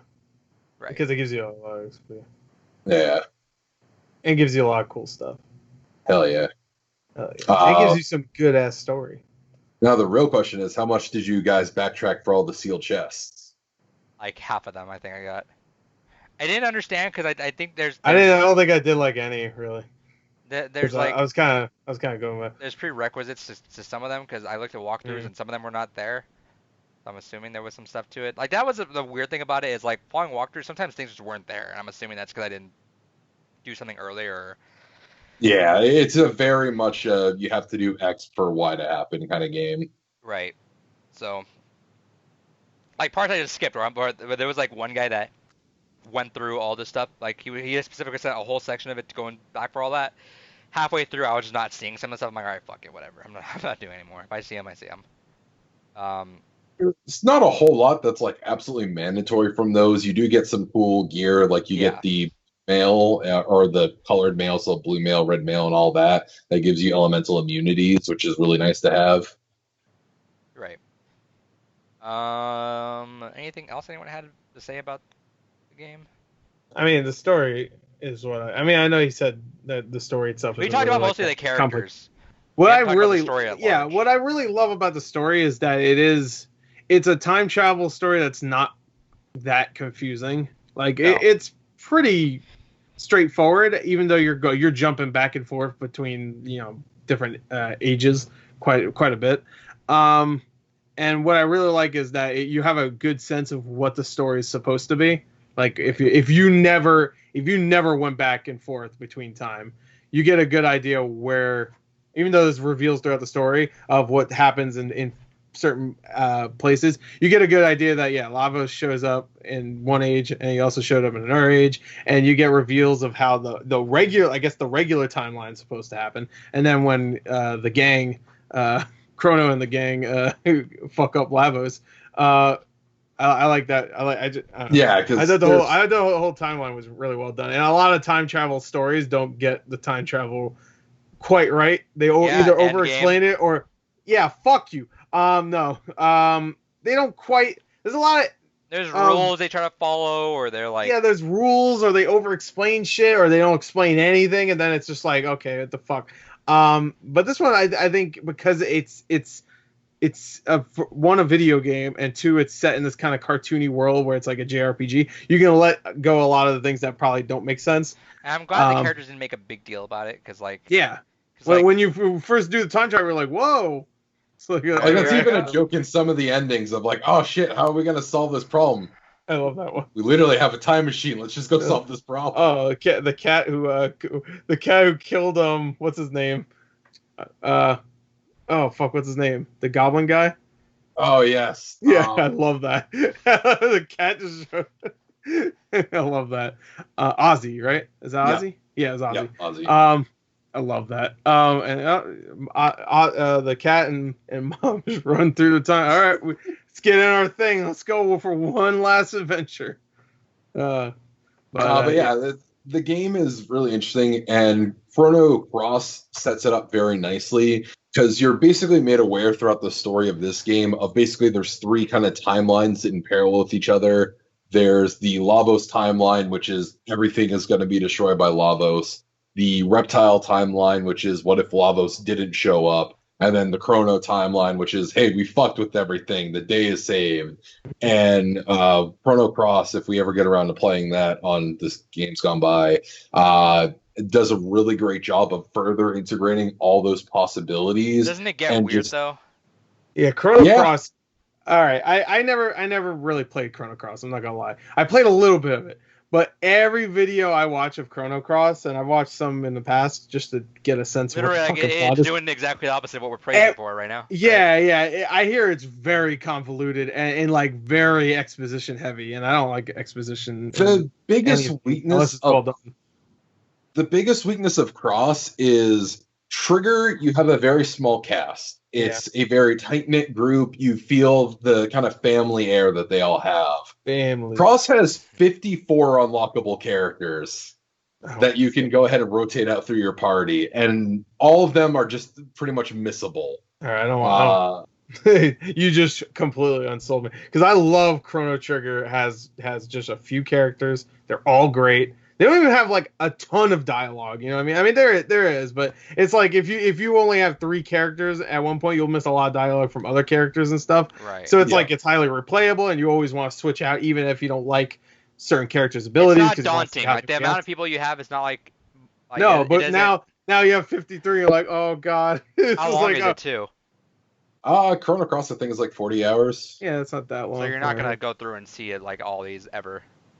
Yeah, to be honest, if we played Chrono Cross, I'd probably just keep the main 3 and pretend everybody else doesn't exist at that point. Because I mean, Chrono Cross is like one of the cheapest games you get on PS1. So, and I think that's on. Explain PS3, to me what was right? what was the history behind that? It didn't do as well, and then was there ever going to be a legacy behind that, or what? I think it did well enough because it has a greatest hits, right? Yeah, it did very well. It's just when they were looking into the idea of doing a third one, because there was a rumored one called, I think it was like Chrono Break. It was the projected name for it. It just didn't get fully off the ground. They've said a lot of different things over the years. One of the original story writers was like, we kind of told the story we wanted to tell. We could go back and revisit, but there's no need to. And I think it's just one of those things that Chrono Cross happened at the perfect time where a lot of the original writers from Trigger were fresh off of doing the kind of original sequel game, Radiant Dawn, which was this game for the Teleview, the kind of satellite console add-on for this Super Famicom. And a lot of the elements in that game gets repurposed into what Chrono Cross becomes. And so a lot of them were still fresh in their mind of like all the different timeline stuff that was going on in Trigger, and then went ahead and went further with it with Cross. Everything overlaps so well with that game. I think to go back and to try and hit that well again at this point after all these years, even if you got the original team, would be a waste. And how Square is, knowing they love Kingdom Hearts and how fucking wacky and. Because they would throw Nomura on this, and I would have to show up at his house and fucking put him in a grave. Because goddamn, touched the series. He didn't say that. Wasn't me. It wasn't me. If Nomura dies tomorrow, it wasn't me. Hashtag don't let fucking Nomura touch games anymore. Why? Why don't I like? Unless they're Kingdom Hearts, fine. Let him keep fucking up Kingdom Hearts. That's his baby. That's the one he shouldn't touch. Right? He shouldn't be touching Final Fantasy. He shouldn't be touching anything. Touching. Yeah, I don't like this. Nomura. Just keep your hands to yourself. No more touching. No more. No more touching. No more. Hashtag no more. Yeah, no. I like I said, the second I saw that one person like, what would you do with Square? I would like, no. That's it. A story. I would like to see a remake. I don't want to see it from but Square. Square. I mean, Square. I want Square to publish it. That's fine. But give it to somebody else, please. The only way I would want a remake is if you gave it to the Octopath Traveler guys and said, "Here, throw this in your engine." That'd be good. I would love to see that. And that's Square Enix produced, right? So yeah, or published, or whatever. Yeah, I feel like they're gonna touch something about it though. I feel like this is definitely one of the things where. Hey, no more. Didn't we just say that? Yeah. No more touching. I just don't want. This game doesn't need to be like remade like FF7 does. No.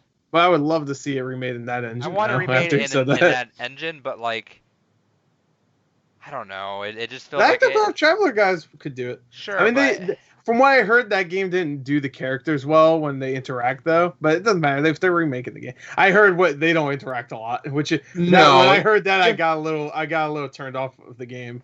Honestly, no. The unfortunate I like when my characters like talk and stuff. The design of Octopath Traveler, it's designed a lot like Live Alive, if you've ever played that.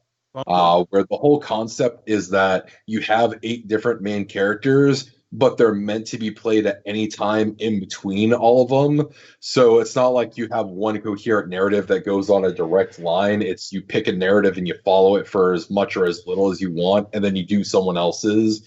And then at the very end, they have a lot of convergence. And then throughout the game, as you're kind of playing, you'll have different kind of scenes at inns and taverns where they'll have some crosstalk, which those moments are absolutely priceless. But it's definitely very few and far between because the story is predicated on the idea that you don't need to have any of the other characters to enjoy those individual stories. Yeah, I get it. But that's a fucking masterpiece. I mean that like a. In like a whatever. That's important. But I'm thinking like Trials of Mana. Like I never played the original. Obviously, it never came out here until the collection of Mana. But I love Secret of Mana, and I said fuck that remake because like I heard it sucked, so I was like I'll skip it. But that is a little bit different. Mana's not as big as of a series as I would say Chrono Trigger is, because Chrono Trigger is one of the most popular games on SNES. It's one of the most expensive games on SNES right now. And not DS, because it didn't sell well, not expensive, but like it carried over its rarity in DS too. Yeah. Hey, well, PS1. That one is cheap. You can get that one because it sucks. That's fine. That's a bummer because I've never heard anyone speak highly of Chrono Cross.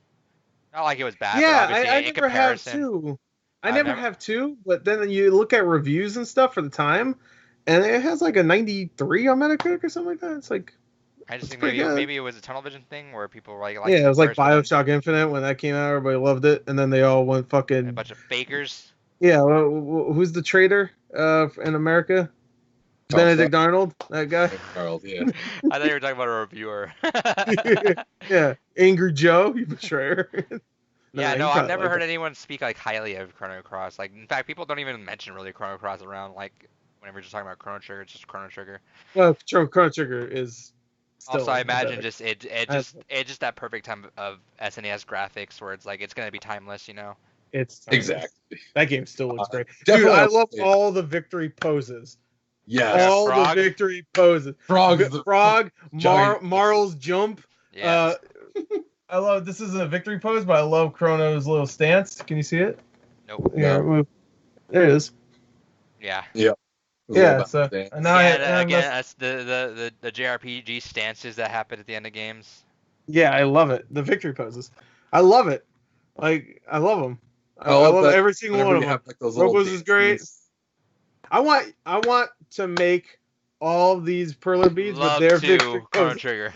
I want to make love to Chrono Trigger's mouth. I want to make all their victory poses in the pixel. What the fuck are these called? Perler beads. Yeah, there you go. Yeah, I want to make them really badly. All of them are great, and put them all together. Great. And I want the campfire scene.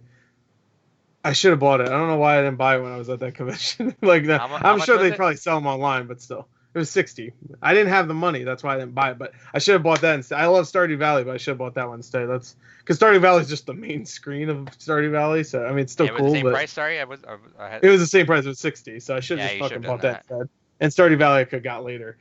I should have, but I was like, I haven't played Chrono Trigger in like 15 years. Why should I play it now? I fucking hate it. You know. Let me see. I was even thinking that, but like thinking it now. Again? Shadow boxes, I think. Right? Yeah. Let me see if there's any online. I'm sure that the same person that made the. I keep pointing over here because I'm so used to it still being there. But the one that made that Stardew Valley one, I'm sure they're still making. I forgot their names. They have a name, and they're on Etsy, so I'm sure they still make the Chrono Trigger one. I'm pretty sure this is it, Gore. Let me show you. Oh, it's a camp. If it's a campfire scene, then yeah. Yeah, it is. Well, who made it? I just called Video Game Shadow Box. That's probably. There's only 2 left. I think they had. Oh no. How much is it? 75. Jesus. Yeah. 75? I wasn't gonna tell him. I wanted him. Well, it's $15 more, and that's your fuck up price. No, that's your fuck up, idiot. It's all your fault. I'm never at fault. Not my fault. It's never my fault. You guys, do you need the link, or are you Google searching it? I gotta look. I literally searched up just Chrono Trigger, Shadow Box, Campfire. See, even if Adrian had gotten to that side quest, he'd be missing one key part of the scene. Magus over there chilling on that tree. I don't need that fucking guy, dude. You know, I have happy ass Frog, dude. Yeah, he's so happy because he murdered somebody. Vindicated Frog, so dude. Happy. Oh, I like this one. Someone remade the campfire scene in like anime. Oh, that's so good. Magus is there too. Anyway. Do it, Gordon. Whatever. Yeah, I see it right now. Maybe I will. I'm not gonna buy it now, but so hope you're not expecting that. Oh, it looks so good too. I'm not gonna buy it now. To see if this is the same people because they had like a bunch of the same ones. Yeah, it's the same ones. That logo. Yeah, it's the same people. They had the Link getting the sword. Yeah, it's the same people. They have that Stardew Valley one still. I bet they do. I bet they fucking do. Oh, they have. Oh, Oh, that one's good too. They got when Chrono gets resurrected. Oh, these are all great. There's a Stardew Valley one. I found it. Anyway, we should probably talk about the game some more. Out of quick curiosity, did we want to touch on the endings at all, or? Yeah, whatever you guys want to do. So let's touch on 3 because I love. There's one joke one I love. Actually, before we do that, looking at the shadow boxes remind me of one thing I did want to touch on in the story first. Then we can go talk about the endings. Sure. Can I just say that Chrono Trigger had the best way of teaching you that that the actions you choose matter in terms of the story. Yeah, I felt happy. You go through the game, you do that whole little fair, and it's like, oh, I'm just going around having fun. Maybe I'm gonna eat that old man's chicken that he's excited about for lunch. Maybe I'm gonna go hang out, find this little girl's cat, and then you get to that scene where you get captured and and then the girl comes out and is like, he said, "Fuck my cat." I'm like, what? I didn't say that. Yeah, I guess right. Snapper, ate my goddamn chicken. Yeah, my goddamn chicken. I'm like, oh no. I still didn't get a not guilty verdict. I was actually surprised. I mean, a guilty verdict. Sorry, I didn't get a guilty verdict. I didn't do the cat. I didn't eat the guy's chicken though. I don't remember that. Yeah, I didn't eat the chicken. I saved the cat, and the only negative I had against me was I was the one that bumped into Marl, but I think that technically is unavoidable. Yeah. They had to have something to fucking say. Yeah. I guess she could just run into you. I don't know. Yeah, she did for me the first time. Yeah. Yeah. Good stuff. Anything else? Great game. Anyway, let's talk about the endings. Yeah, so the endings. All right. I love one ending in particular, and I feel like I shouldn't spoil it because it's a good one, and I feel like she judges all the guys. Huh? Where they judge all the guys in the game? No, not that one. I looked up like a quick list of them, so it's not a big deal. Okay, no, I was thinking the wedding one, where you see Frog. with Frog and the Queen, and then you find out that she's now a descendant of Frog and the Queen, so they have frog DNA. So the king's like jumping around, and she's like, "What the fuck?" And that's the ending of the game. I'm like, "What?" It's like, I wonder if anybody actually got the ending their first time and just went, "What the fuck is this?" and got really upset. That's how you end the game. They're frogs now. Like, that's a great ending. But I love the balloon ending. That's another thing I want as Pixels. Is just them on those balloons. That's the perfect ending, as people call it, because right. They did. Yeah, I think that was what I was done when I was looking it up. I do want to talk about the animated cutscenes at the end because I do like that they put those in there. Obviously, they put those in there with the PS1 game so they can cross over with Chrono Cross. Is that what they? That's what the baby, right? The baby is the descendant, or not the clone of Shala, the princess, right? I didn't look at the ending, so explain to me. All right, there's a part where right after, all right, Chrono and Marl have a wedding. They have a wedding. They get married, whatever. And right after that, you see Luca just walking like in a forest, and then a baby just appears with that pendant, the pendant that everybody has. And she sees her, she goes, "Ah!" and she starts eating the baby. It's fucked up. And, oh God! No, she takes the baby and is like immediately like, ugh. And then and she just takes it, which is just a tie-in for Chrono Cross because is she in Chrono Cross or is she already dead? That's Kid.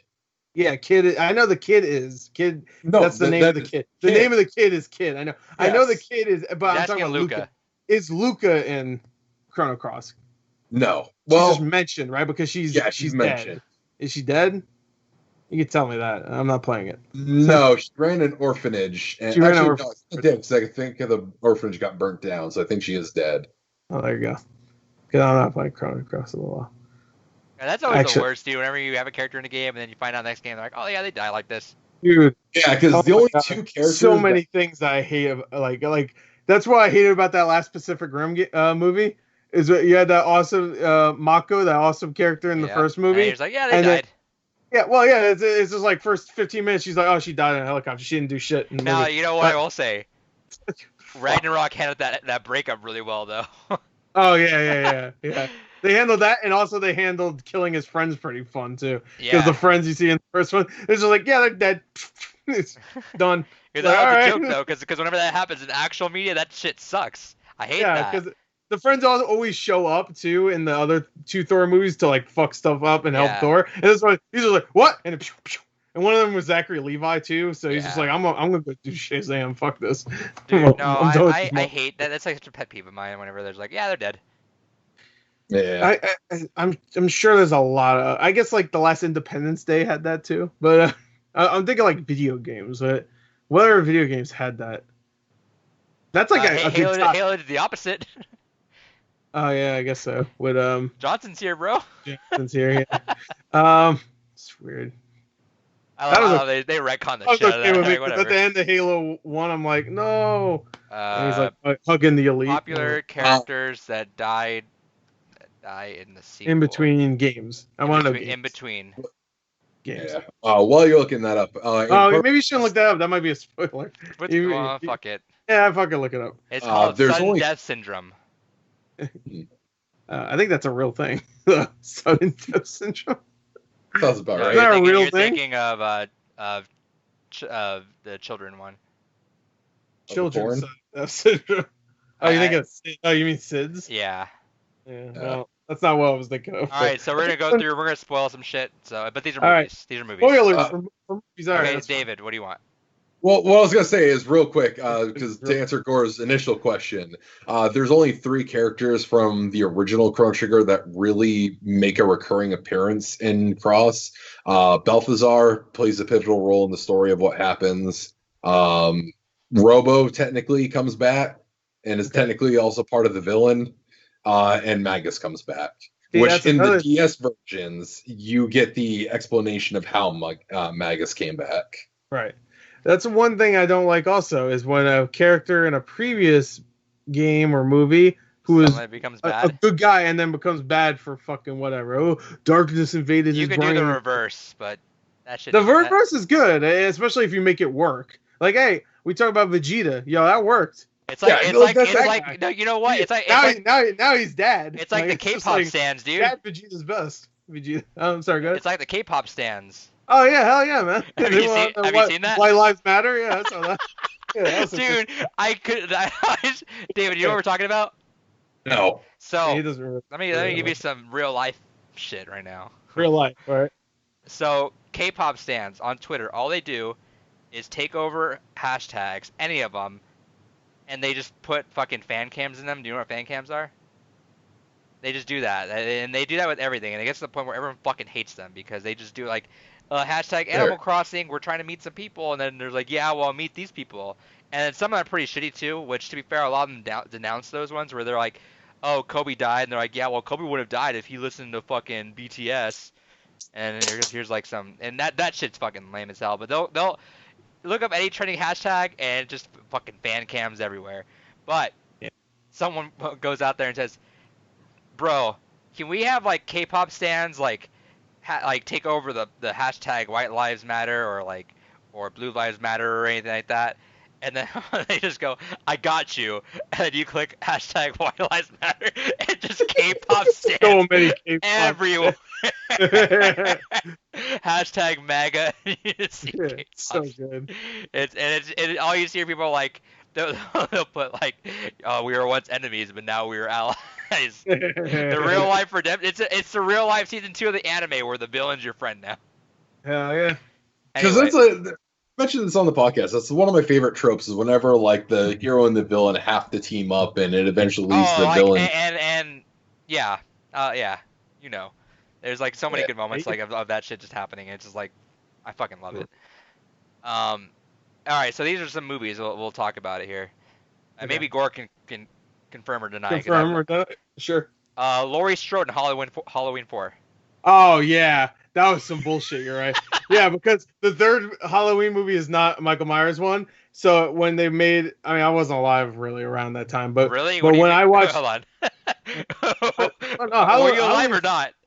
No, I wasn't. No. I'm just talking about like when these movies released. This is what happened. Because you said I wasn't alive, really, but I don't know if that means if you are or not. Well, I don't. Well, when I say that, I was probably a couple years old, is what I mean. So you're not really alive. I don't remember when Halloween 4 actually came out. I think it might have been late 1988. Okay, then no, I wasn't alive. So, but yeah. So people were pissed that Halloween 3 didn't have Michael Myers. It was a completely different thing. Even though that movie's great, so I don't give a fuck what anybody says. Halloween 4 brought it back, and then they just introduced her like niece or whatever, and said, yeah, she died. Laurie died, and that's why you have the new Halloween that says like, fuck. Yeah. All right, welcome back. You might notice everything's a little different. Everything's different. We have to, take a break to change clothes. It's hot right now. Yeah, we changed clothes, turn the sun on. Yeah, turn the sun on. Sun's, well, not for me. It's it's still 8 o'clock.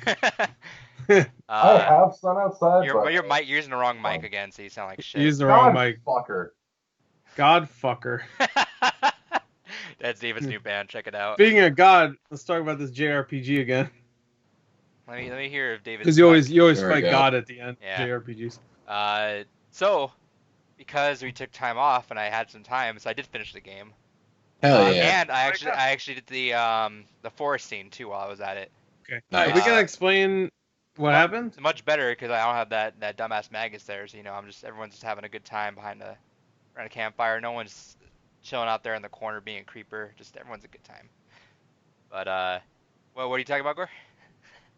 Are you gonna explain why there's a jump cut in between? Yeah. Now, and why we're all wearing different clothes and. Oh, that was a bit. Just fuck, let it go. No, you already addressed it, so yeah, if it was a bit, you shouldn't have said anything. No, whatever. I had an internet outage, and I thought it was gonna be like a quick blip, but the outage lasted for like an hour and a half, and we already started late too, so it was like I think 4 o'clock in the morning by the time like everything came back on. I was like, yeah, we'll just wait. Yeah, it was like 2:30 our time by the time we ended. So yeah, so that sucks, but yeah, so we can go through that a little bit, and then we can actually do what we were doing at the end, which was also who's loud right now. That's yours, David. Your mic. Yeah, get your mic situated. All right, let me 1 second. That's my RTX. So it's a disaster. You're a disaster. Well, don't have your internet shit to bed. Yeah, David. Anyway, I want to hear the rest of this article. Yeah, that's what we're coming back to. And if we want to talk a little bit more now that I've been waiting all day. Now that I did complete the story, we can talk a little bit more about that. It's fine. Anyway, so the first one that we mentioned, so we're going back to it, just to come back into everything, as we talked about characters dying in between sequels, the sudden sequel death syndrome, as this article calls it. Yeah. We talked about Laurie Strode in Halloween 4. Yeah. That's all we talked about, right? Yeah. All right. Yeah, because literally it was after that, I was like, what is it? Yeah. And you were just frozen. He froze. He was like. I was like, oh, he's really good at this. He's frozen. The second one is Martin Brody from Jaws: The Revenge. Okay, that makes sense. Yeah, he died in between 2 and 4. 3 had nothing to do with it. Number 3 is Sally Hardesty in the Texas Chainsaw Massacre 3. Okay, sure. Number 4 is Newton Hicks from Alien 3. Yeah, of course, Alien 3. Yeah, that's the. Well, they didn't die off screen. You do see them dead, technically. So. Okay. But it's bullshit. Also, I like how technically Resident Evil 3 does that with the 2 guys from the first game. I'm guessing. Is that an educated guess of mine? Or the one guy who's that big? Hulk or not Hulk? Who's the dude at the beginning? No. Who's the dude at the beginning of Resident Evil 3? That. Brad? Yeah. Is he not in anything else? Really? No. Okay. No, I was thinking he was from the first game or something. The way they were talking about him, but I think he was new. I don't remember him from the first game. Okay. Next one. I think that was because I don't remember the characters really. There's one character in Resident Evil 1 that dies like right at the beginning. It's either Resident Evil 3 or 2 that happens. Well, 3, Brad dies. Yeah. So that's him. 2, 1. Yeah, Brad just showed up in 3. Oh, okay. No, Brad was the helicopter pilot. That's right. Oh, was he? Okay. Yeah. Okay, so kind of, but not a main character though. So yeah, I don't remember him much. I don't remember many of the characters in 1. All right, number 5 on here is Sarah Connor in Terminator 3. Yeah. Well, they fixed that anyway, just like with Halloween. Yeah, and then they made a bad movie, so it didn't even fucking matter. So. Yeah, they mentioned this and they just resurrect her. 6 is Tank from The Matrix Reloaded. Okay, sure. After that is Alex Browning from Final Destination 2. Yeah, but I mean, it's Final Destination. You expect that. First, the main character from the first movie. Stars as Alex Browning in the first Final Destination movie, which spawned yada Yeah, yada. David Sawa's character. I think so. I'm assuming. Yeah. All right. Number 8 is Xander Cage from Triple X State of the Union. Did you ever see the short film for that? No. Where they kill off Xander Cage? It's the dumbest shit ever. They blow him up, and all that you see that's left of him is like a piece of the back of his head, just the skin off the back of his head, and you see the Xander Cage symbol. If you ever watch any of the Triple X movies, he has like a Triple X tattoo. And someone picks it up, and he's just like, "Huh, you got fucked up." And then the short ends. I'm like, "All right, that's how he died." And then the third movie, they just bring his ass back. All right, this is one. Adrian from Rocky Balboa. Yeah. That's not fair because it's been like 20 years and in between, and that was the whole point of Rocky Balboa is him dealing with now his wife's dead. So that's not fair because Alien 3 was just like, oh, those cool characters they introduced in the last one, they're just dead. All right, moving on. Well, you know what?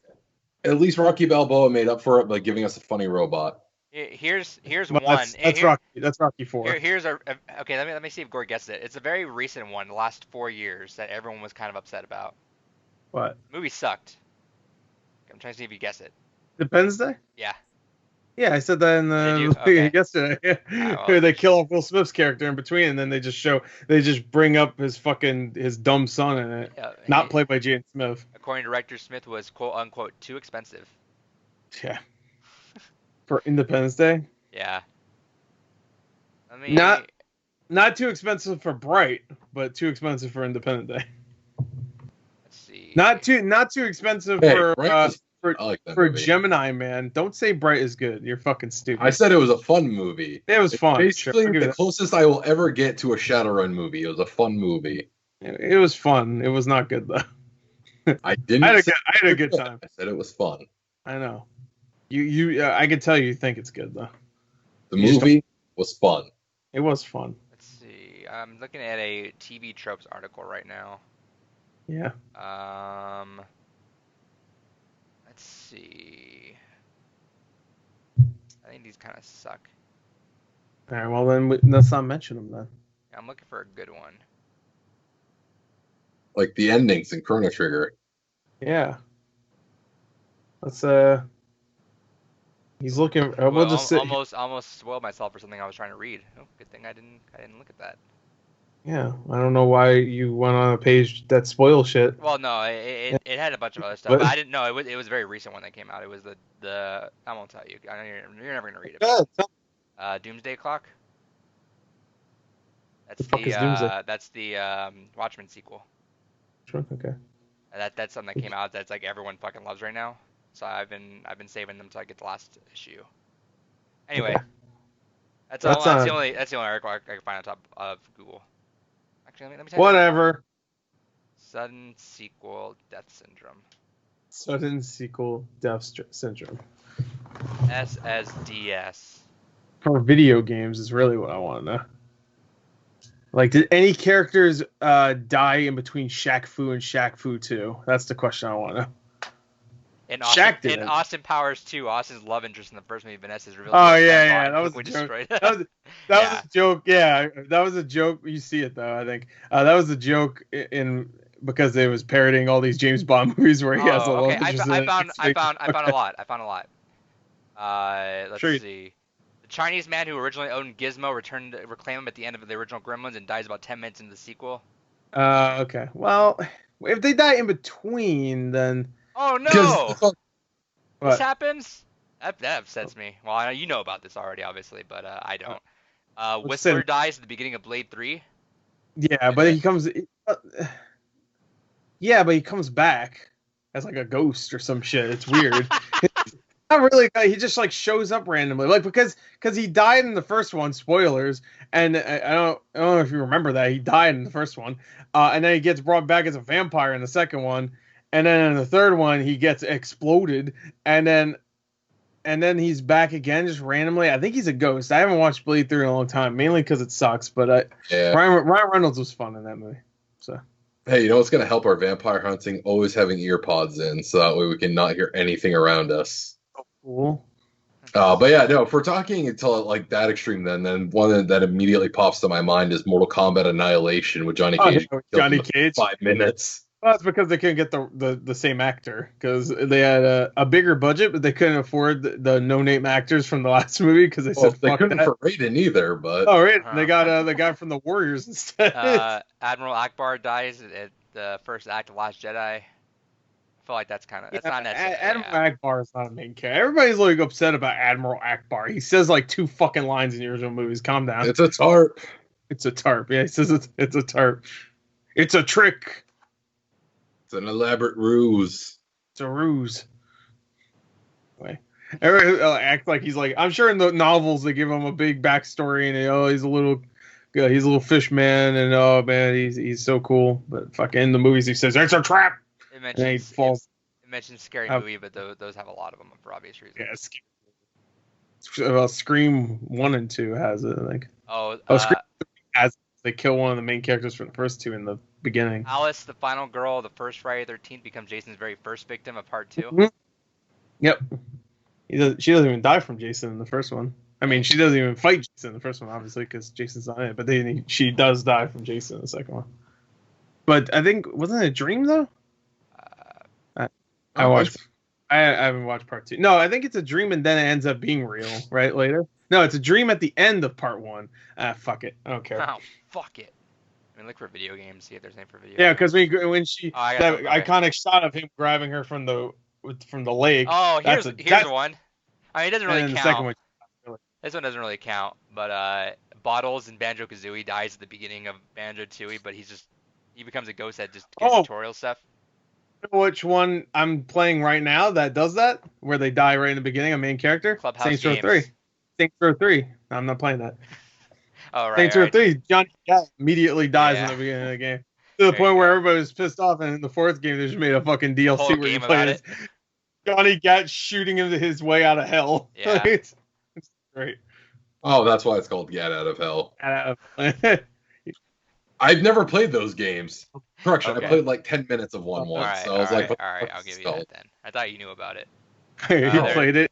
He played the entire DLC. He still didn't get it. There's a whole Chrono Cross section I'm going to ignore. Okay. Also, speaking of, I looked that up online. Apparently, I just own Chrono Cross on PS, and I didn't know that. It was like $1 or $2 sometimes. Probably was, yeah. So I probably own it too. I put a bid for it on Mercury, and I was like hoping the guy just declined it. He asked for a little more money. I was like, no, I'm good. Because I looked like literally like 2 seconds later, I'm like, oh shit, I own it already. Whoops. How much were you offering? $10. That's how much it goes like brand new. Yeah, so. The greatest hits is like $10 all day. If it was a black. That was the cheapest I found actually. I looked online. It's going up recently because all games are kind of going up though. To be fair. Yeah, but I think like I always see Chrono Cross greatest hits on like Amazon for $10 brand new. Yeah, they're going for a little bit more now. I think. There you go. There's Saints Row the 3rd. Yeah, Saints Row the 3rd. There you go. Let's see. In Modern Warfare 3, Griffin, the sergeant who assists you in Modern Warfare 1 mission. Yeah. I can get $10 right now, brand new. There you go. Good thing I didn't get it. I'm not going to though. But this is the greatest hits. If you want the black label. Yeah, but I also have it on Vita now, so fuck it. Yeah, well, you don't want to play it on PS1 anyway. It has no good games. I have it on PS3 now. PS1 has a terrible game lineup, as I've heard from people. Yeah, it's pretty bad. Really bad. No good games on that system. Yeah, I feel like Japanese games sure. Games definitely don't get remade all the time that were originally from the PS1. Well, that's because there were bad games before, so they want to make it better next time. That makes sense. If it was a bad game, no one would ever remake it, period, because it sucked. Well, who gives a shit? Coming out. No, that game's great. And that's not a remake anyway. So that's a re-reckoning. Get your facts straight, bloody boy. The re-reckoning. The re-reckoning. Anyway, let's talk about Chrono Trigger some more. Yeah. That is what this is. Last time I looked. Yeah, so I beat the game. I did like that.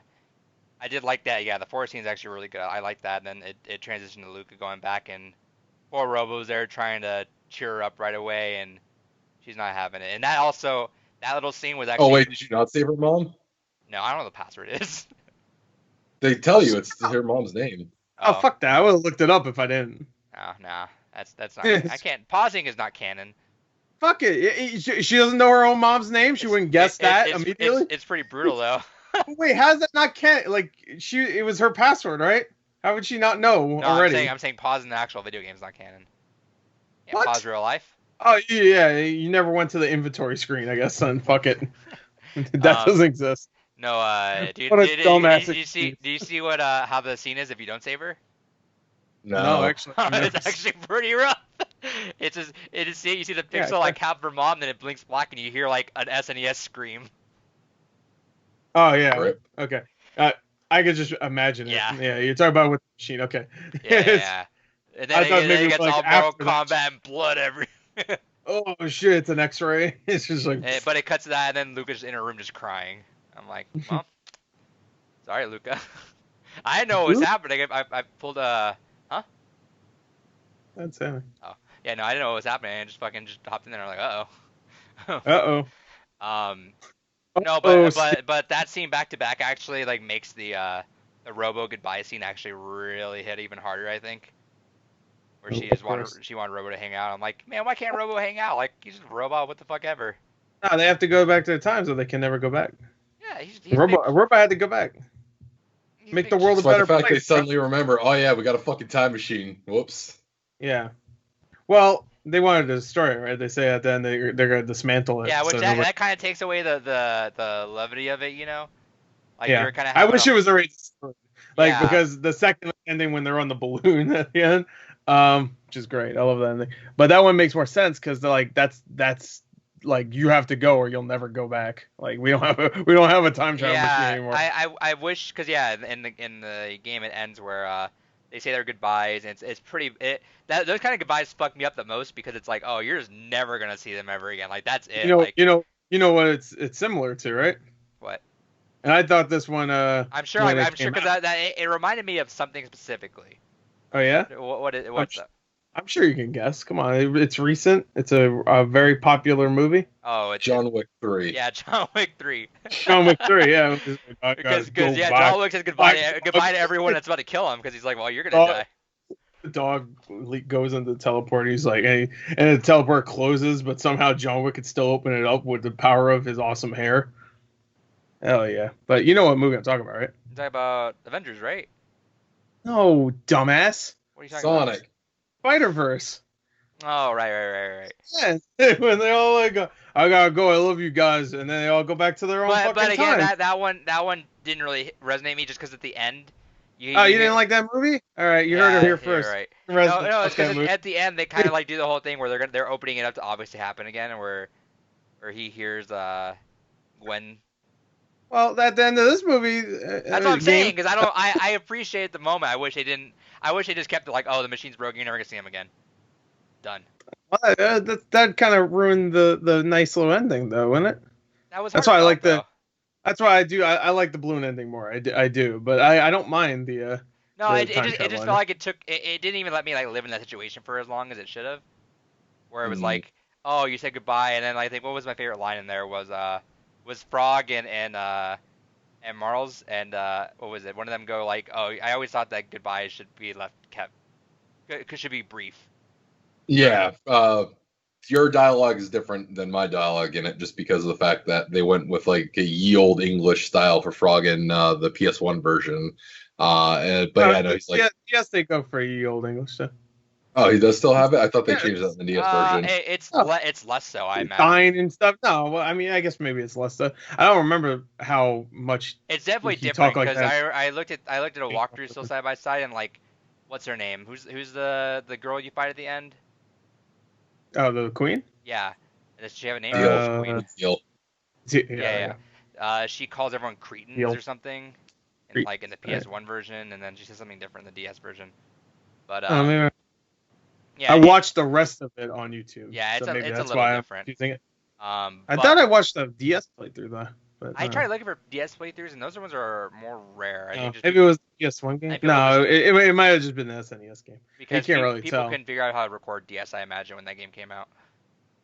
I just watched like someone just cut down all the cutscenes pretty much. Right. I watched like the last 30 minutes of that video. That was all the rest. But I think that was my one thing with my one gripe with the end is it was like really impactful. Like, oh, we're never gonna see each other, yada yada. And like 2 seconds later, hey, we still got that still got the ship. And I'm like, well, all right. But they're gonna dismantle it right after that, supposedly. And after they save the mom and the cat. And by killing out Magus, you missed out. By killing Magus, you also missed out on a nice little touching scene with him. Oh fuck, he's dead. Where he dips out without saying anything. Yeah, I mean he's Luke's just like, oh, you're gonna go find your sister still, and he's just like, yeah, fuck you, and then walks off. It's a touching little scene. Oh yeah, I definitely missed out. All right, fuck that guy. Yeah. Marl asks like, hey, you can go find your sister, and he just like dips. That guy can wait. That guy can wait for his sister to die, and then he'll see her again. Which reminds me, obviously you didn't go because you didn't finish it for this time around. But Adrian, did you end up finding the Eater of Dreams super boss? No. That's for the DS, right? Yeah. I didn't play that. It's one that adds a little. Technically, I've never played that then because the only time I ever played before was on PS1. Is that the thing is that why the portal's open at the end? Yes. Okay, so I'll go back and do and that. then Doctor Strange comes out one. Now there you go. Now it's like Chrono. Now it's like Avengers. Chrono, we need you for. Well, at this point, we have too many people. Never mind. He just like dips back out and closes the portal. We need you. Who? He just points at the robot. That guy. Yeah. He points at Magus, and then you go, "Fuck this! I killed him. Where is he there?" He's dead as hell, dude. Nah, he's not dead. He's fine. Yeah, so I won't say anything about it then because I don't want to spoil it. Yeah, I'll play it literally right when we're done with this. I'll go play it. Also that boss, I ended up, dude, still fucked me up. So I ended up having to go and grind out 7 more levels. So I ended the game at like level 58 or 59, and I had to use every single max elixir and thing I had. I fucking like barely had enough for that fight battle at the end. That was some hard shit compared to the rest of the goddamn game.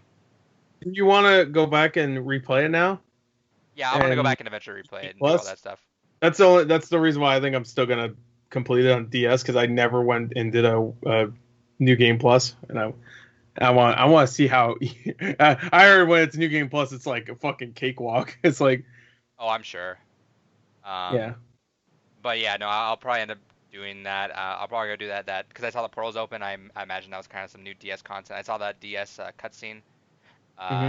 Didn't eat the baby like Gore told me, so he lied to me. But yeah. Well, I think that's on the PS1 also, right? Yeah, where they eat the baby. Yeah, because when he eats the baby, yeah, it's on the PS.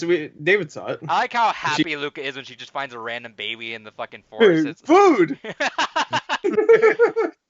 Well, no, she's happy because the sequel's coming out, so they have to. And she knows she's gonna die. Well, she doesn't know that, I don't think. She doesn't know that. Yeah, she's just happy. She's big chilling. She's got a little baby robo with her. Which is like makes that whole final scene a lot more grim in hindsight. Where she's like, "You guys ever have like that final like view like flash before your life ends?" And Luke is like, "Yeah, I don't know." And I'm like, "Uh-oh." Oh, stinky. Uh-oh. Yeah. Oh, yeah. You know what I would love to see? If they did it right, a Chrono Trigger anime. I think that could work. A Netflix one? And maybe on like not anime, I shouldn't say that because then they'll fucking do some weird shit with it. Dude, make it like Castlevania. Yeah, there you go. Like that's not really technically an anime, but because it's made by I think it's an American studio made. And anime is usually Japanese. Anything to them, dude. Fuck it. So, they're gonna keep doing Castlevania like they should. Powerhouse Studios, I think that, or no, Powerhouse Animations. That's the guys. Do they do anything else, or are they just doing Castlevania? Yeah, they do. They do a few other things actually. So I can't tell you what they are, but I know they do a few other things. I think stuff I've never. The way you said that, I thought you meant like you're like under. Well, they're doing that. You know, it's all a bunch of secret stuff. I'll look it up, but they're doing that Devil May Cry. All right. Animated show, which I don't know when the fuck that's gonna happen, but honestly, I'd rather them just focus on doing Castlevania right now. No, they're killing it, so why not? Oh, they do commercial. Oh, they did the animations for one of the Penny Arcade games. Oh, the Precipice of Darkness. No, the Precipice of Darkness, whatever that is. The Rain Slick. Yeah, Rain Slick. There you go. That's full time. Risk Factions. They did the animations for those. Ooh, Risk Factions is a good game. Oh, they did the Epic Mickey animations. I didn't know that. Ooh. Oh, they did all the animations for Mortal Kombat X. They did them all for Chrono Trigger. Oh, for the original game, the 1972 one game or whatever. 72. I'm not good at. Yeah, 1972, 1997 That game re-release. was made before Sega was made, according to David.